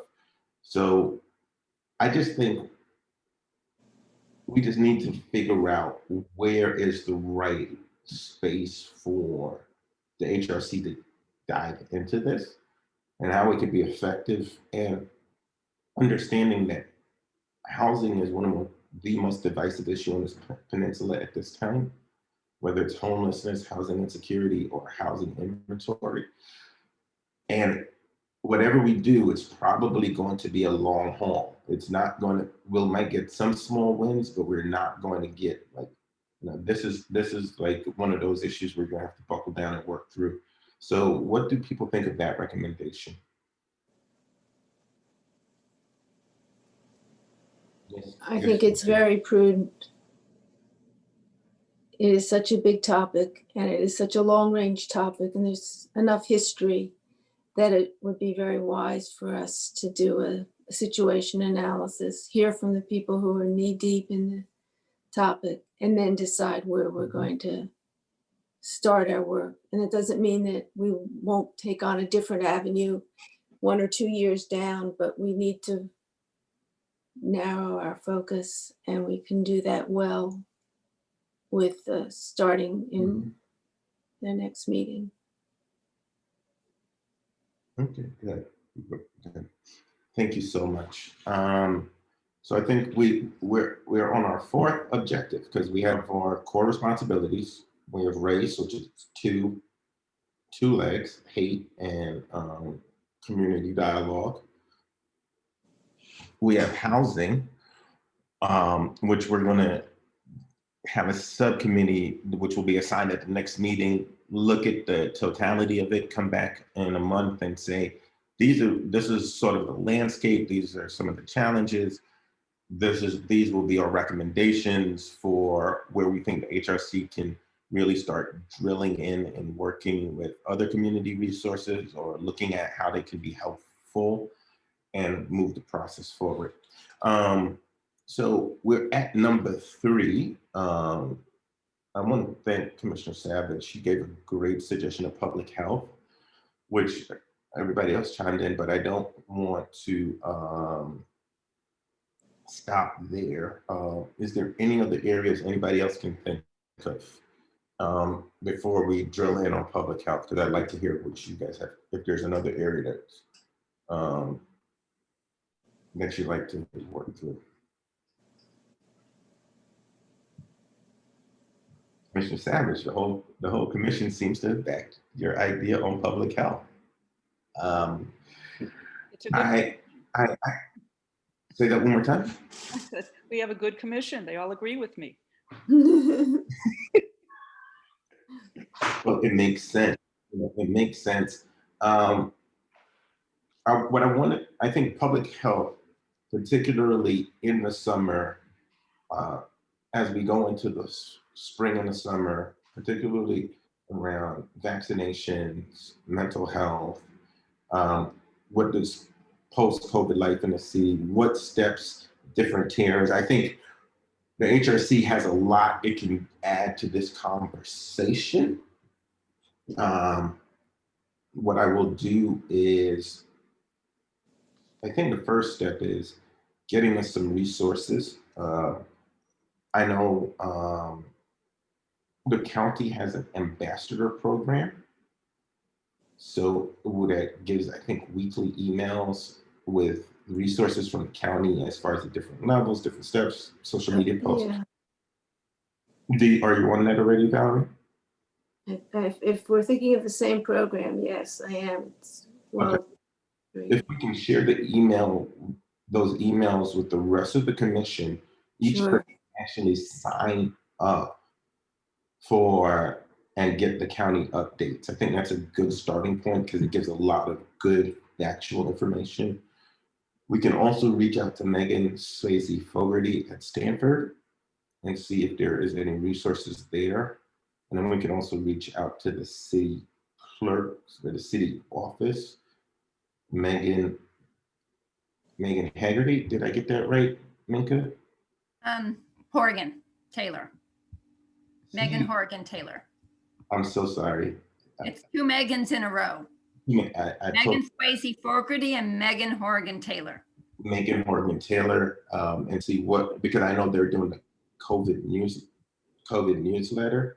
So how can we as the HRC get engaged in the process and bring all of these different things to the front court and see how we can really move forward with this. I'm going to ask the subcommittee to start working on that for us. I'll ask everybody to figure out if they want to be on that subcommittee, and we will probably assign the subcommittee starting at the next meeting, which is February 11th. And then they can come back and report out in a month.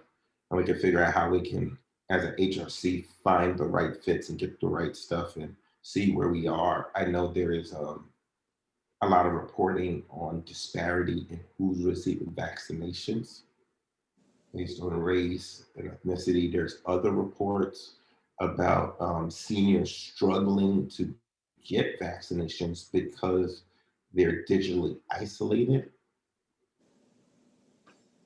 You know, and it's almost like a digital lottery trying to figure out where to get vaccinations from. And then in some communities, there's a lot of distrust around vaccinations. And then there's also lack of insight also as to if I have the vaccination, what can I and cannot not do, and what is sort of my public responsibility there. So I think there's a lot of different areas for us to work on in the public health space. Minka, is there any way we can see the Is there any other thoughts on public health? Did I cover it or did we miss it? I just had one additional thought. This is a immediate or not short term in terms of conclusion, but short term in terms of initiation. The need is now, and I think that we might look at programs that the city community services and recreational services can do. There might be some recommendations that we want to make that will be useful. I remember Halloween, the city did a little pumpkin festival or judging festival.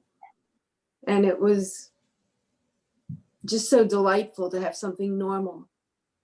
And I think there'll be, if we put our heads together quickly, not only will we start to look at how we can define the problem, but we might find some short-term things that we want to suggest for the summer to help people start to feel stable so that they can, particularly children, families with children, can go into the next school year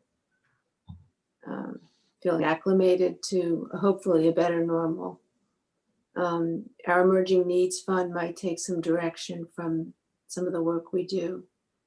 So usually I would look for doing a really solid foundation and dotting our I's and crossing our T's, but I think we might want to also take some steps before we go on too far. Any of the commissioners?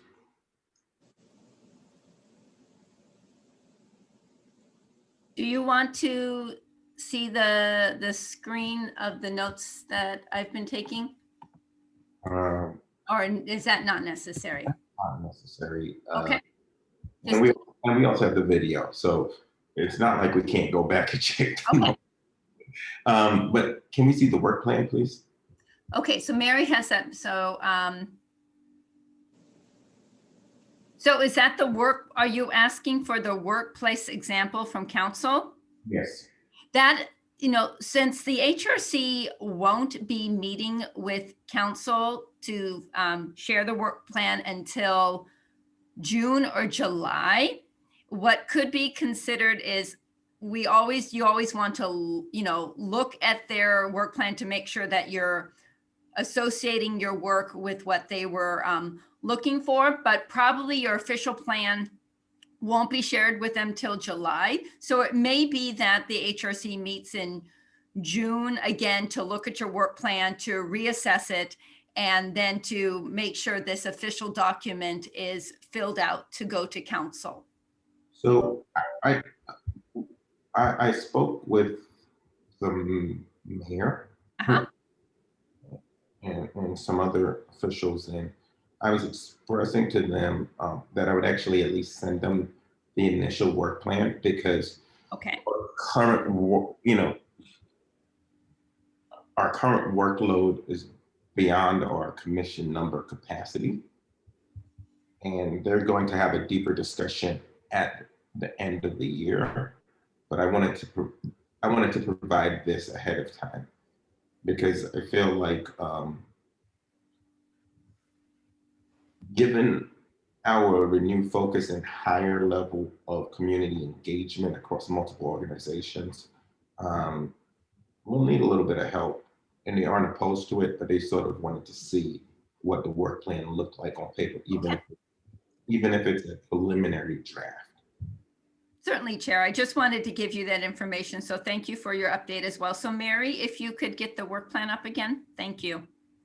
And try to make it bigger. I think some of the hard things is being able to see on what Mary sees on her screen is not always what we see on ours. So Mary, what we're seeing is kind of just the middle part of the work document. It's kind of a small rectangle. So what I really want to fill out for us is we're going to remove the timestamps from the bottom. If you can scroll down just a little bit, Mary.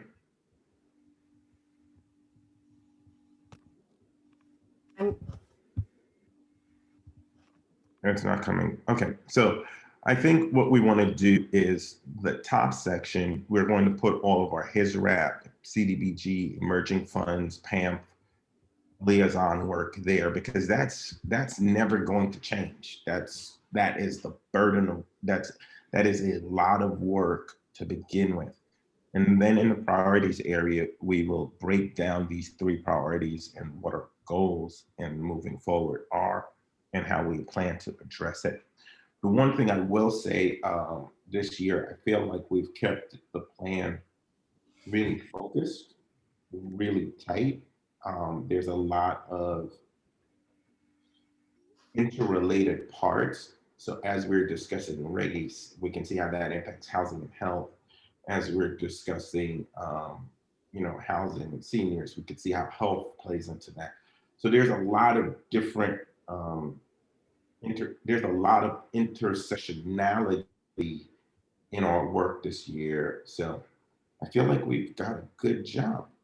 Do I need to do a vote on this? Is this an action item? We did put this as an action item on the agenda to give you the opportunity to vote on this. So if you could just restate a motion for this so that everybody can vote on it.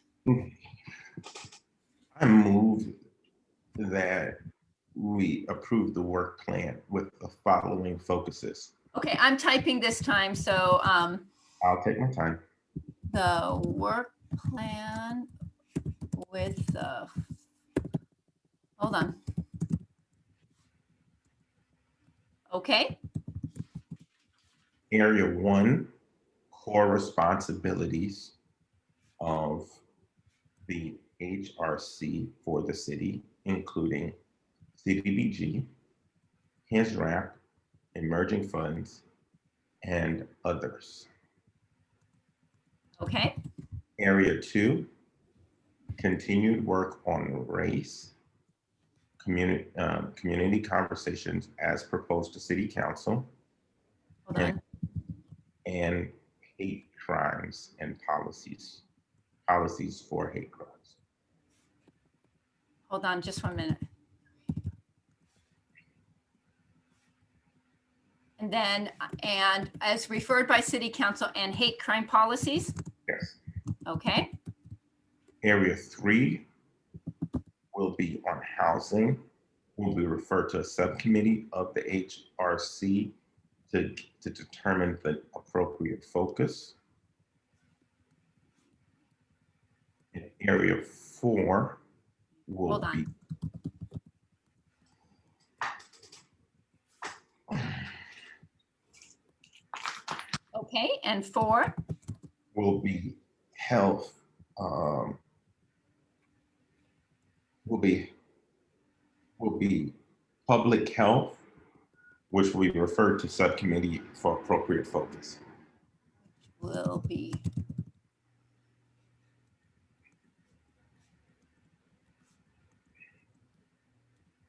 Okay, I'm going to read back what I have.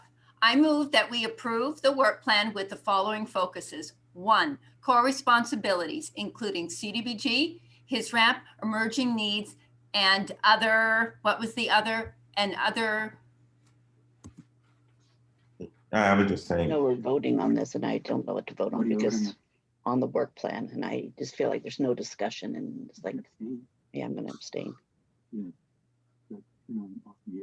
Okay, let me read this and then Commissioner Regier, we want to hear what you have to say. So I move that we approve the work plan with the following focuses. 1, core responsibilities, including CDBG, HISRAP, and Emerging Needs Fund. 2, continued work on race, community conversation, as referred by City Council, Talking about and giving hate work, crime policies. 3, housing, which will be referred to a subcommittee of the HRC for future focus. And 4, public health, which will be referred to the subcommittee for future focus. Is that correct? Yes. Okay. So now it would be open for discussion, Chair. Oh, we need a second before discussion. Thank you, I'd sir. like to second it. You know, where every commissioner can Okay, it's speak open. freely about what they think before, you know, posing.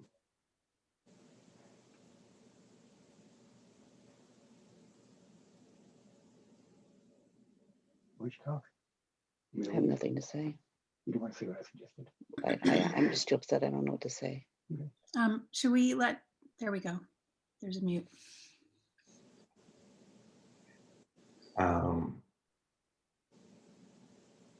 We're ready. Is there any discussion? Are we ready for a vote? Could we see that in writing? Yes. Please. Can you put it on the screen, Anka? You're muted. Yes, I hear that. I will need to clean it up for a moment. So hold on one second. Please. In the meantime, I might make a comment. Yes. I think given the complexity of the different and the size of or the magnitude of the work for each of these different topics, I think it's a good idea to leave some openness as to how exactly we're going to dig into this. And so I appreciate the suggestion of subcommittees for us to dig into the issue before we exactly specify what our work will be. So I just wanted to give that feedback. I think that's important because these are very big issues that have lots of interconnection and relatedness between the different topics. So I'm a little bit concerned about the work volume just because we're taking on a lot. And so I guess that just is to point to, I'm glad you're bringing this to City Council and trying to see how it might be that there's more support if we're going to be taking on these kinds of large issues in terms of, I don't know the ins and outs of whether more commissioners is helpful or how to do it, but I just thought I would make that comment. Those are my thoughts as we reflect on the work plan. Thank you so much. Commissioner Savage? Well, I'm waiting to see the screen before I comment. Not like the last year's retreat where we actually. Okay, I will try to I'm back on mute. get this. Yeah. Hold on, I will try to get this to page 2.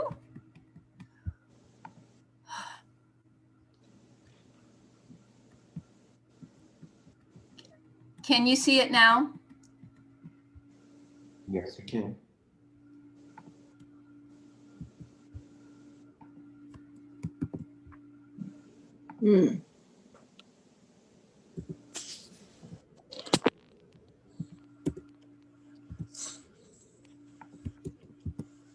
Okay, please let me know if there are any changes.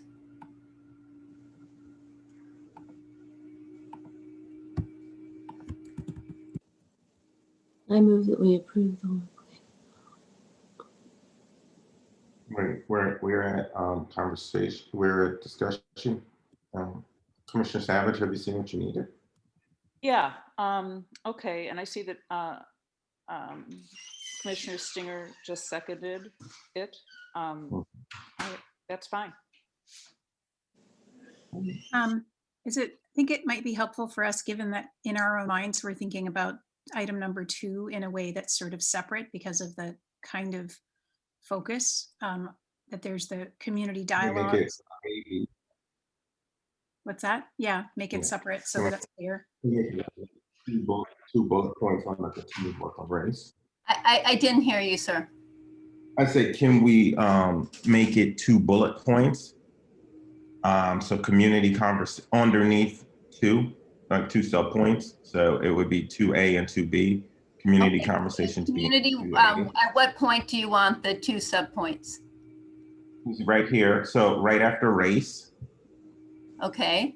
And then it'll be community conversation as referred to by City Council. And then the other one would be hate crime policies. Hold on.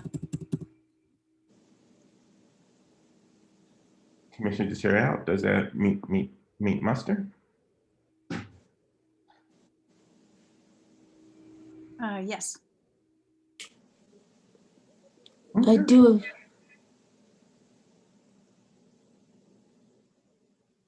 That is, may I speak? Yes, yes. Okay. That is what we said, but the hate crime policies might go beyond race. Is that correct? Yes.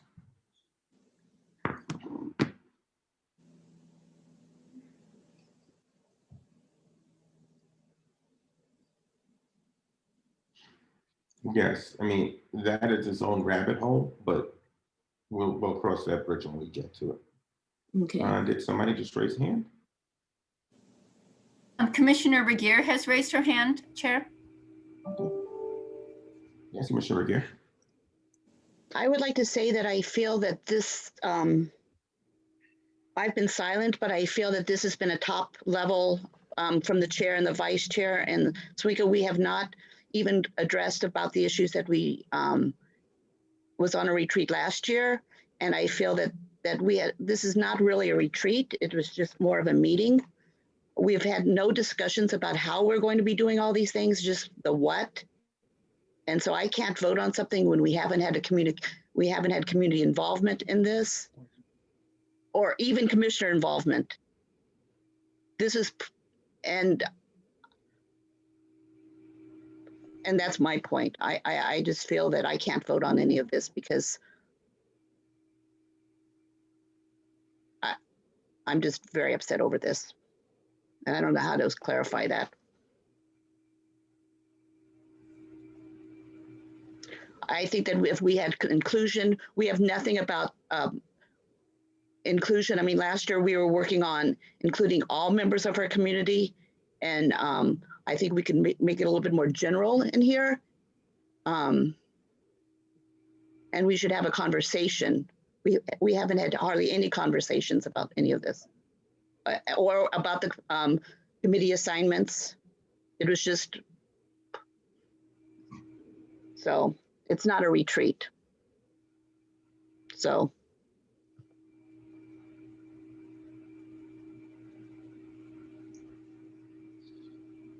Thank you, Commissioner Regier. Are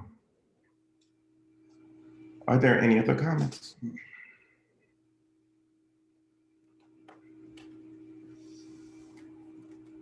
Yeah, well, I would just like to address Patty. And Patty, I hear you. I hear your frustration. But how would you suggest we go forward so that you can participate?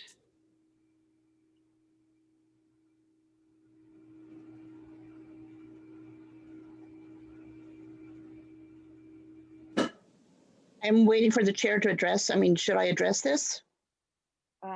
Well, one of it is a discussion period, and I felt it was fair for the other commissioners to respond, and then I'll respond at the end.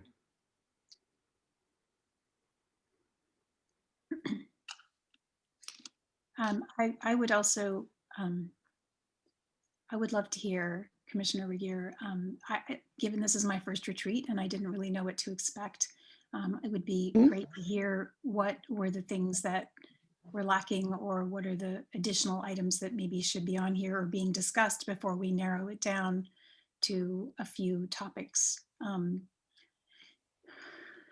sorry too that there aren't more members of the public participating. It seems this timing might be problematic for folks compared to our normal meetings. But I would love to hear what it is that we could be doing differently, given just curiosity from me in terms of not understanding exactly how retreat generally might work.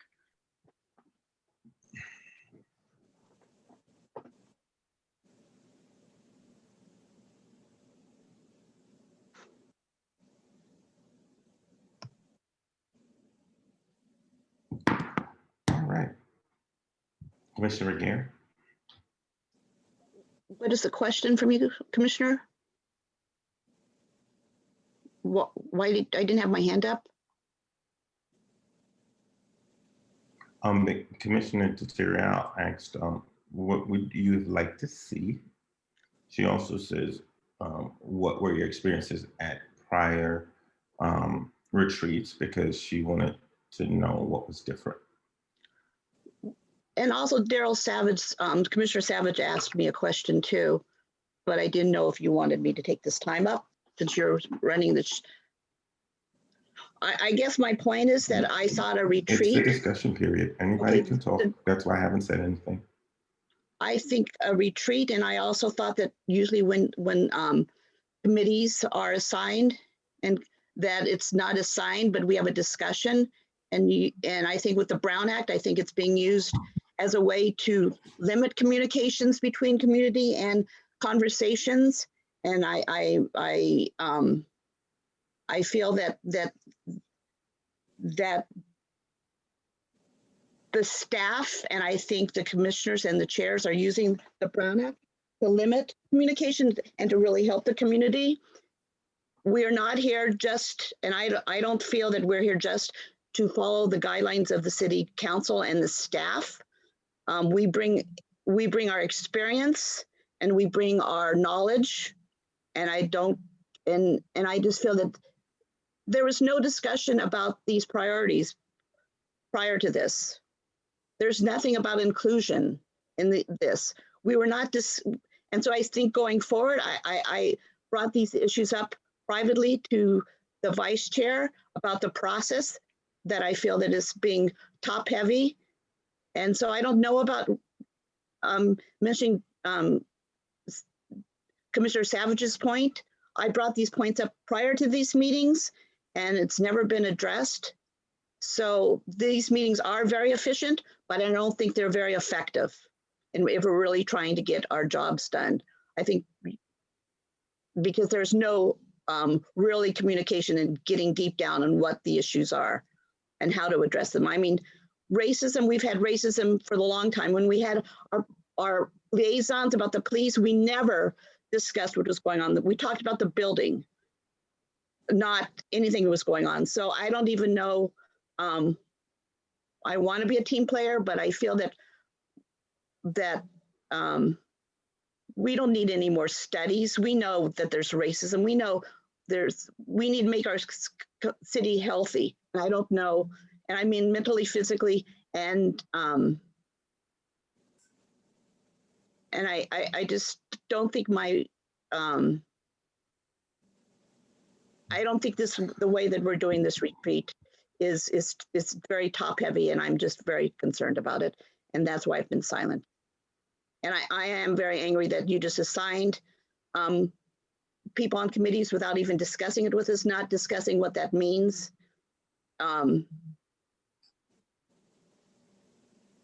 We need to clean up our own house before we start thinking about how we're cleaning up other issues. That's it. Okay. Any other commissioner? Yes, I'm concerned that this is Commissioner Stinger. I'm concerned, Commissioner McGeer, that I know you're focusing on the how and not the what, but our discussion right now is on the what. And you've talked about inclusion, and that's something that we want for this community.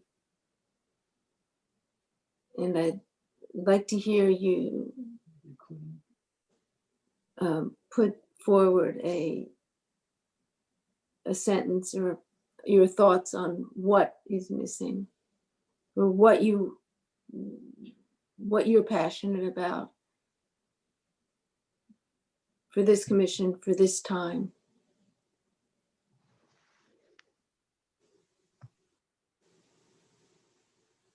You worked heavily with the Recreation Department a year ago and made progress as you reported it to us in the fall.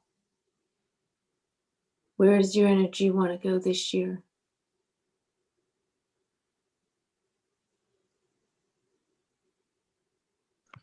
It is the how.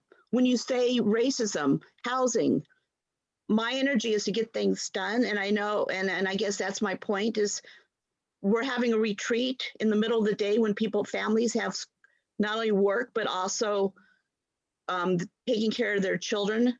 And we don't even advertise about our meetings. I don't think we really want the community involvement, or if we do, we don't really know what role. And I guess that's my frustration is that I think we all have our good hearts, but I don't think that we really know how to do it.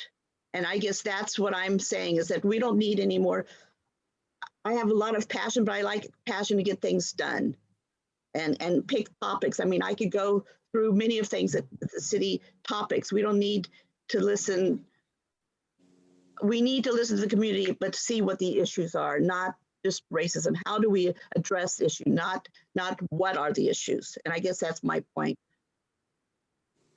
How is the very important? How are we going to do that? So yeah, what housing, public health is very important. It's very important. Racism is very, very, very important, but it's the how that's important. That is what I'm concerned about is I don't think we need to discuss the how.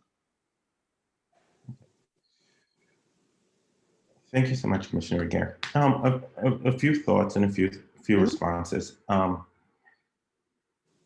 We as a commission in the last year have been extremely effective in getting to the how, why, and being impactful in our community. I push back against the idea that we are being ineffective because at this point, as we continue our initiatives, whether specifically around race, we continue to see other organizations in the city and other citizens reach out to be deeper in the conversation because we've proven to be consistent and effective at them.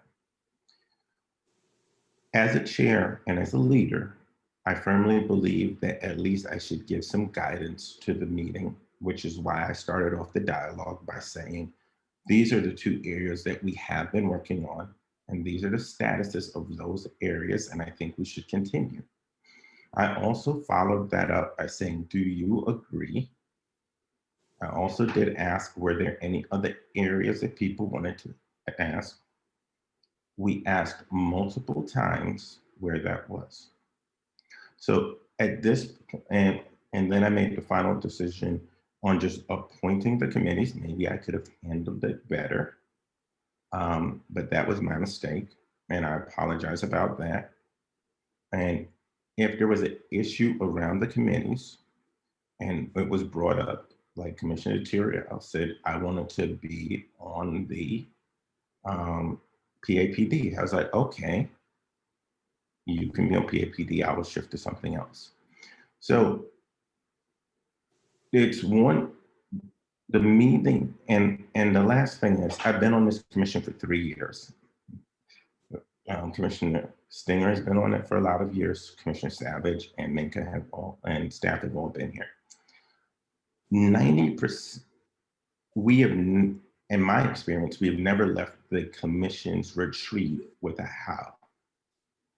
Because one of the jobs of the commission is to follow the evidence of what is on the street and figure out what the best solutions and goals are. So and my understanding of this meeting and retreat was, where is this commission going to plant its energy and where is it going to make the push for the year? So, you know, we in last year and the year before left with like 30 different initiatives. Well, 2 years ago, we didn't have one last year. 2 years ago, we left with 30 initiatives. The year before that, we left with like 16, and we didn't really get any of the initiatives done. We got stuff done, but we didn't get the focuses done. So this year, I made a conscious decision to say, how can we line up our action, words, and deeds so that we can focus on it.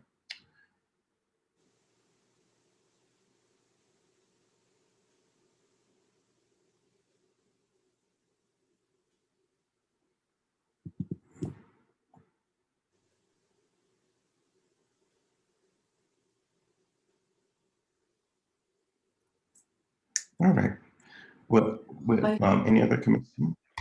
I have a comment. I was thinking about what Commissioner Regier was saying in terms of point number 2, and also the idea that hate crimes are not specific to race. They could be other groups that are targeted. So I thought we might further refine that by saying continued work on inclusion and belonging or something like that.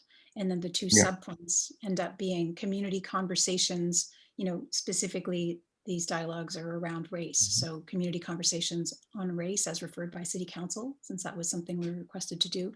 And then some sort of task force on hate crimes or figuring out what should be done. How do we handle, document and try to hold accountable? So maybe, I don't know what to write for hate crime, but something more specific. I'm amenable to that friendly amendment. Vice Chair Singer, since you seconded, are you amenable to the amendment? I'm very appreciative of the amendment. Yes. Okay.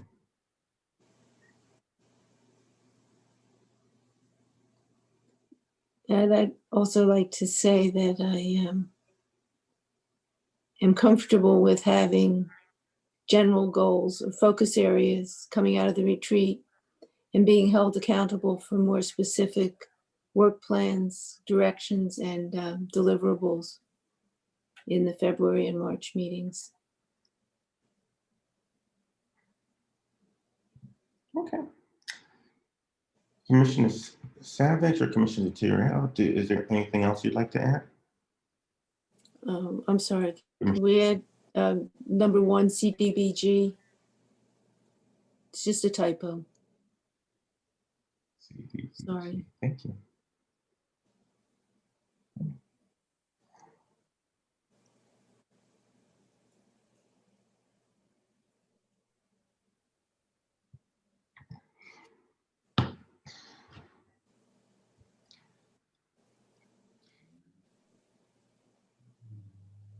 All right. I guess I Commissioner might. Care, is there anything else you'd like? Yes, Commissioner Tyrrell. Yeah. Yeah, so one more thing that I don't know how the rest of the commission feels, but I guess what I would love to see around one of the topics that I feel is very important in this moment is how we can weave in the idea and the very important value, in my opinion, of repair and healing. One of the things that really stood out to me when I attended the talk with the expert, Dr. Kevin Grisham, around extremism and hate crimes, was the idea that, I'm sorry, I'm looking for, I wanted to quote, yes, him saying, as long as we're not honest about race in the US, this will continue, and that we really need to take an honest look and work towards creating change, but also looking to heal and repair. So I would hope that, and I don't know if this is something to be added in or for us to hold ourselves, or if it's just me who's all alone in this, but I would hope that we would try to bring that movement or that idea into all of these things, into housing, into looking at public health, looking at inequities around vaccinations, who's getting vaccinated first, these sorts of things. I would hope that we try to infuse that idea and that goal, I suppose, into all of these things, including the funding, how we're allocating funding, that we really keep that at the forefront. Because I think part of the problem, as our role is really to represent vulnerable populations, but if we don't even have very much of a vulnerable population of a certain demographic, I don't think that we should just not have to pay attention to that. I think it's something that is incumbent upon us to bring to the forefront of all of these issues, because I think that they are impacted by these long-standing systemic policies and white supremacy.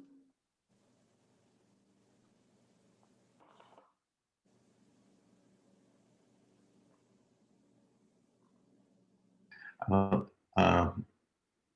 don't know how to codify that here, but I think that is something we should bring up as we're talking. I'll ask you to continue to refer it and bring it up as we are talking about these different elements in our meetings. Because the place I can see where we can actually put it, continue work on inclusion and belonging, focusing on repair and healing. And then it will be the community conversations on race and the hate crime policies, I think would be a good starting point. Does that make sense? Can you say that again? Are you considering that we added as a third bullet point? I didn't quite understand. No. Continued work on inclusion and belonging, focusing on repair and healing. Yes, with that intention, yes. Mhm.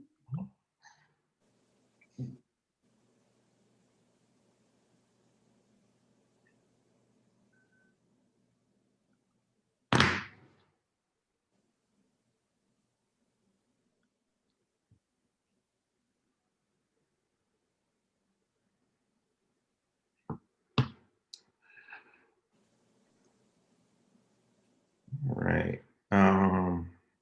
Chair Smith? I'd like to add I one. think we're in a good. Oh, Yes. yeah. This is a completely different No, topic. go. And tell me if it's out of place right now. But I want to bring up the possibility of moving our HRC meetings to a start time at 6 p.m. instead of 7 p.m. Is this the right place to do that? Or I can give reasons why, but first I want to, before I go further, I want to make sure this is appropriate for this time. Let's move on that. And then I have a question for you. What are the reasons? What? I'm sorry. Commissioner Savage, what are the reasons? Oh, I just think an earlier time we will be done sooner. And since we are working from our homes and not from our offices, I think that initially the time of 7 p.m. was given because people need to get home from work, they need to eat dinner, etc. I think since that has been removed, that we can at least look at a 6 p.m. start time until we again meet in person. What time does council start their meetings? 6. Okay. 6 or 5 o'clock, depending on the agenda item. Often it's study sessions or closed sessions that are earlier on the agenda. Okay. What I will do is this. I will make a motion on that point after this one as part of a work plan, because I think 6 p.m. makes a lot more sense for people. Okay, that's reasonable. Okay. I had another comment. Any other points? Yes, Chair Smith. I wanted to thank Commissioner Regier for saying what she said. I think it took some bravery to express what was going on for her, and I want to recognize having 2 kids who work very differently and move at very different speeds, that we all have different fluencies and different types of neurodiversity. And so I appreciate and wanted to thank Commissioner Regier actually for saying what she said, because I think it gave me certainly an opportunity to think a little bit more and be a little more thorough in fleshing out these points as they're written up. So I think that was really fruitful and helpful, and I wanted to acknowledge that. Thank you for being so gracious. Is there anybody else?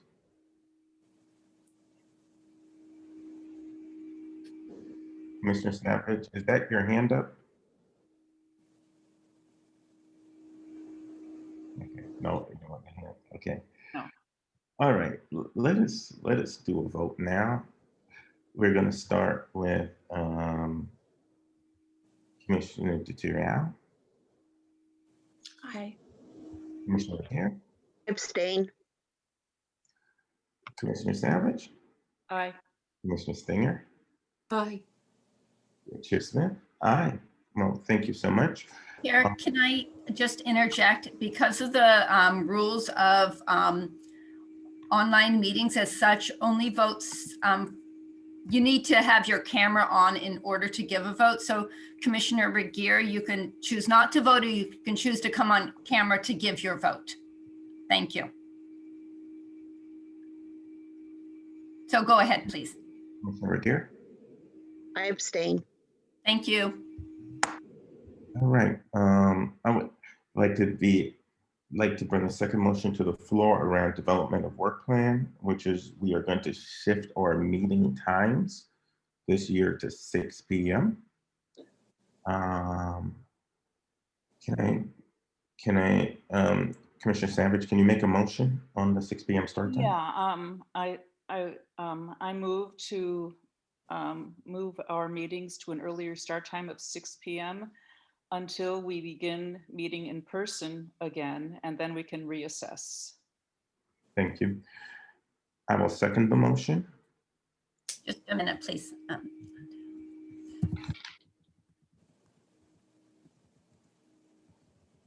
Are we going to straight up vote, or is there a moment for comments?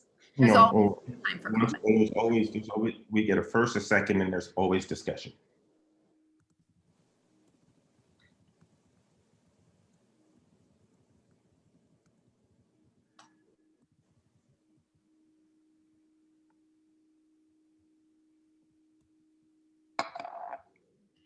And it was, so that was moved by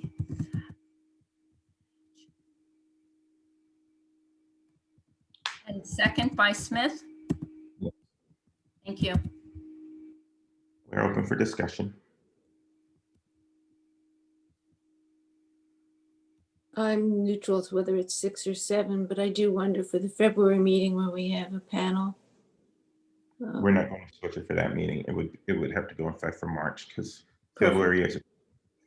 February has been already publicly noticed.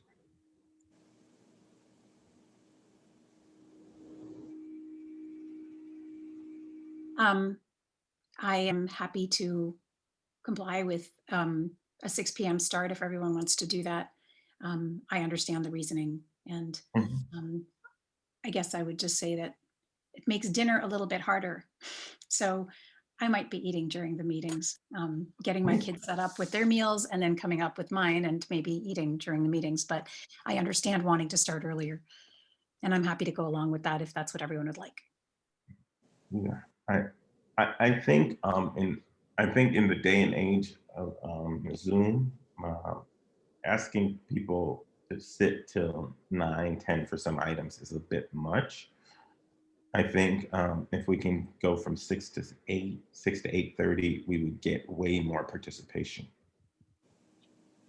All right, are we ready for a vote? Is there anybody else that would like to add to this discussion?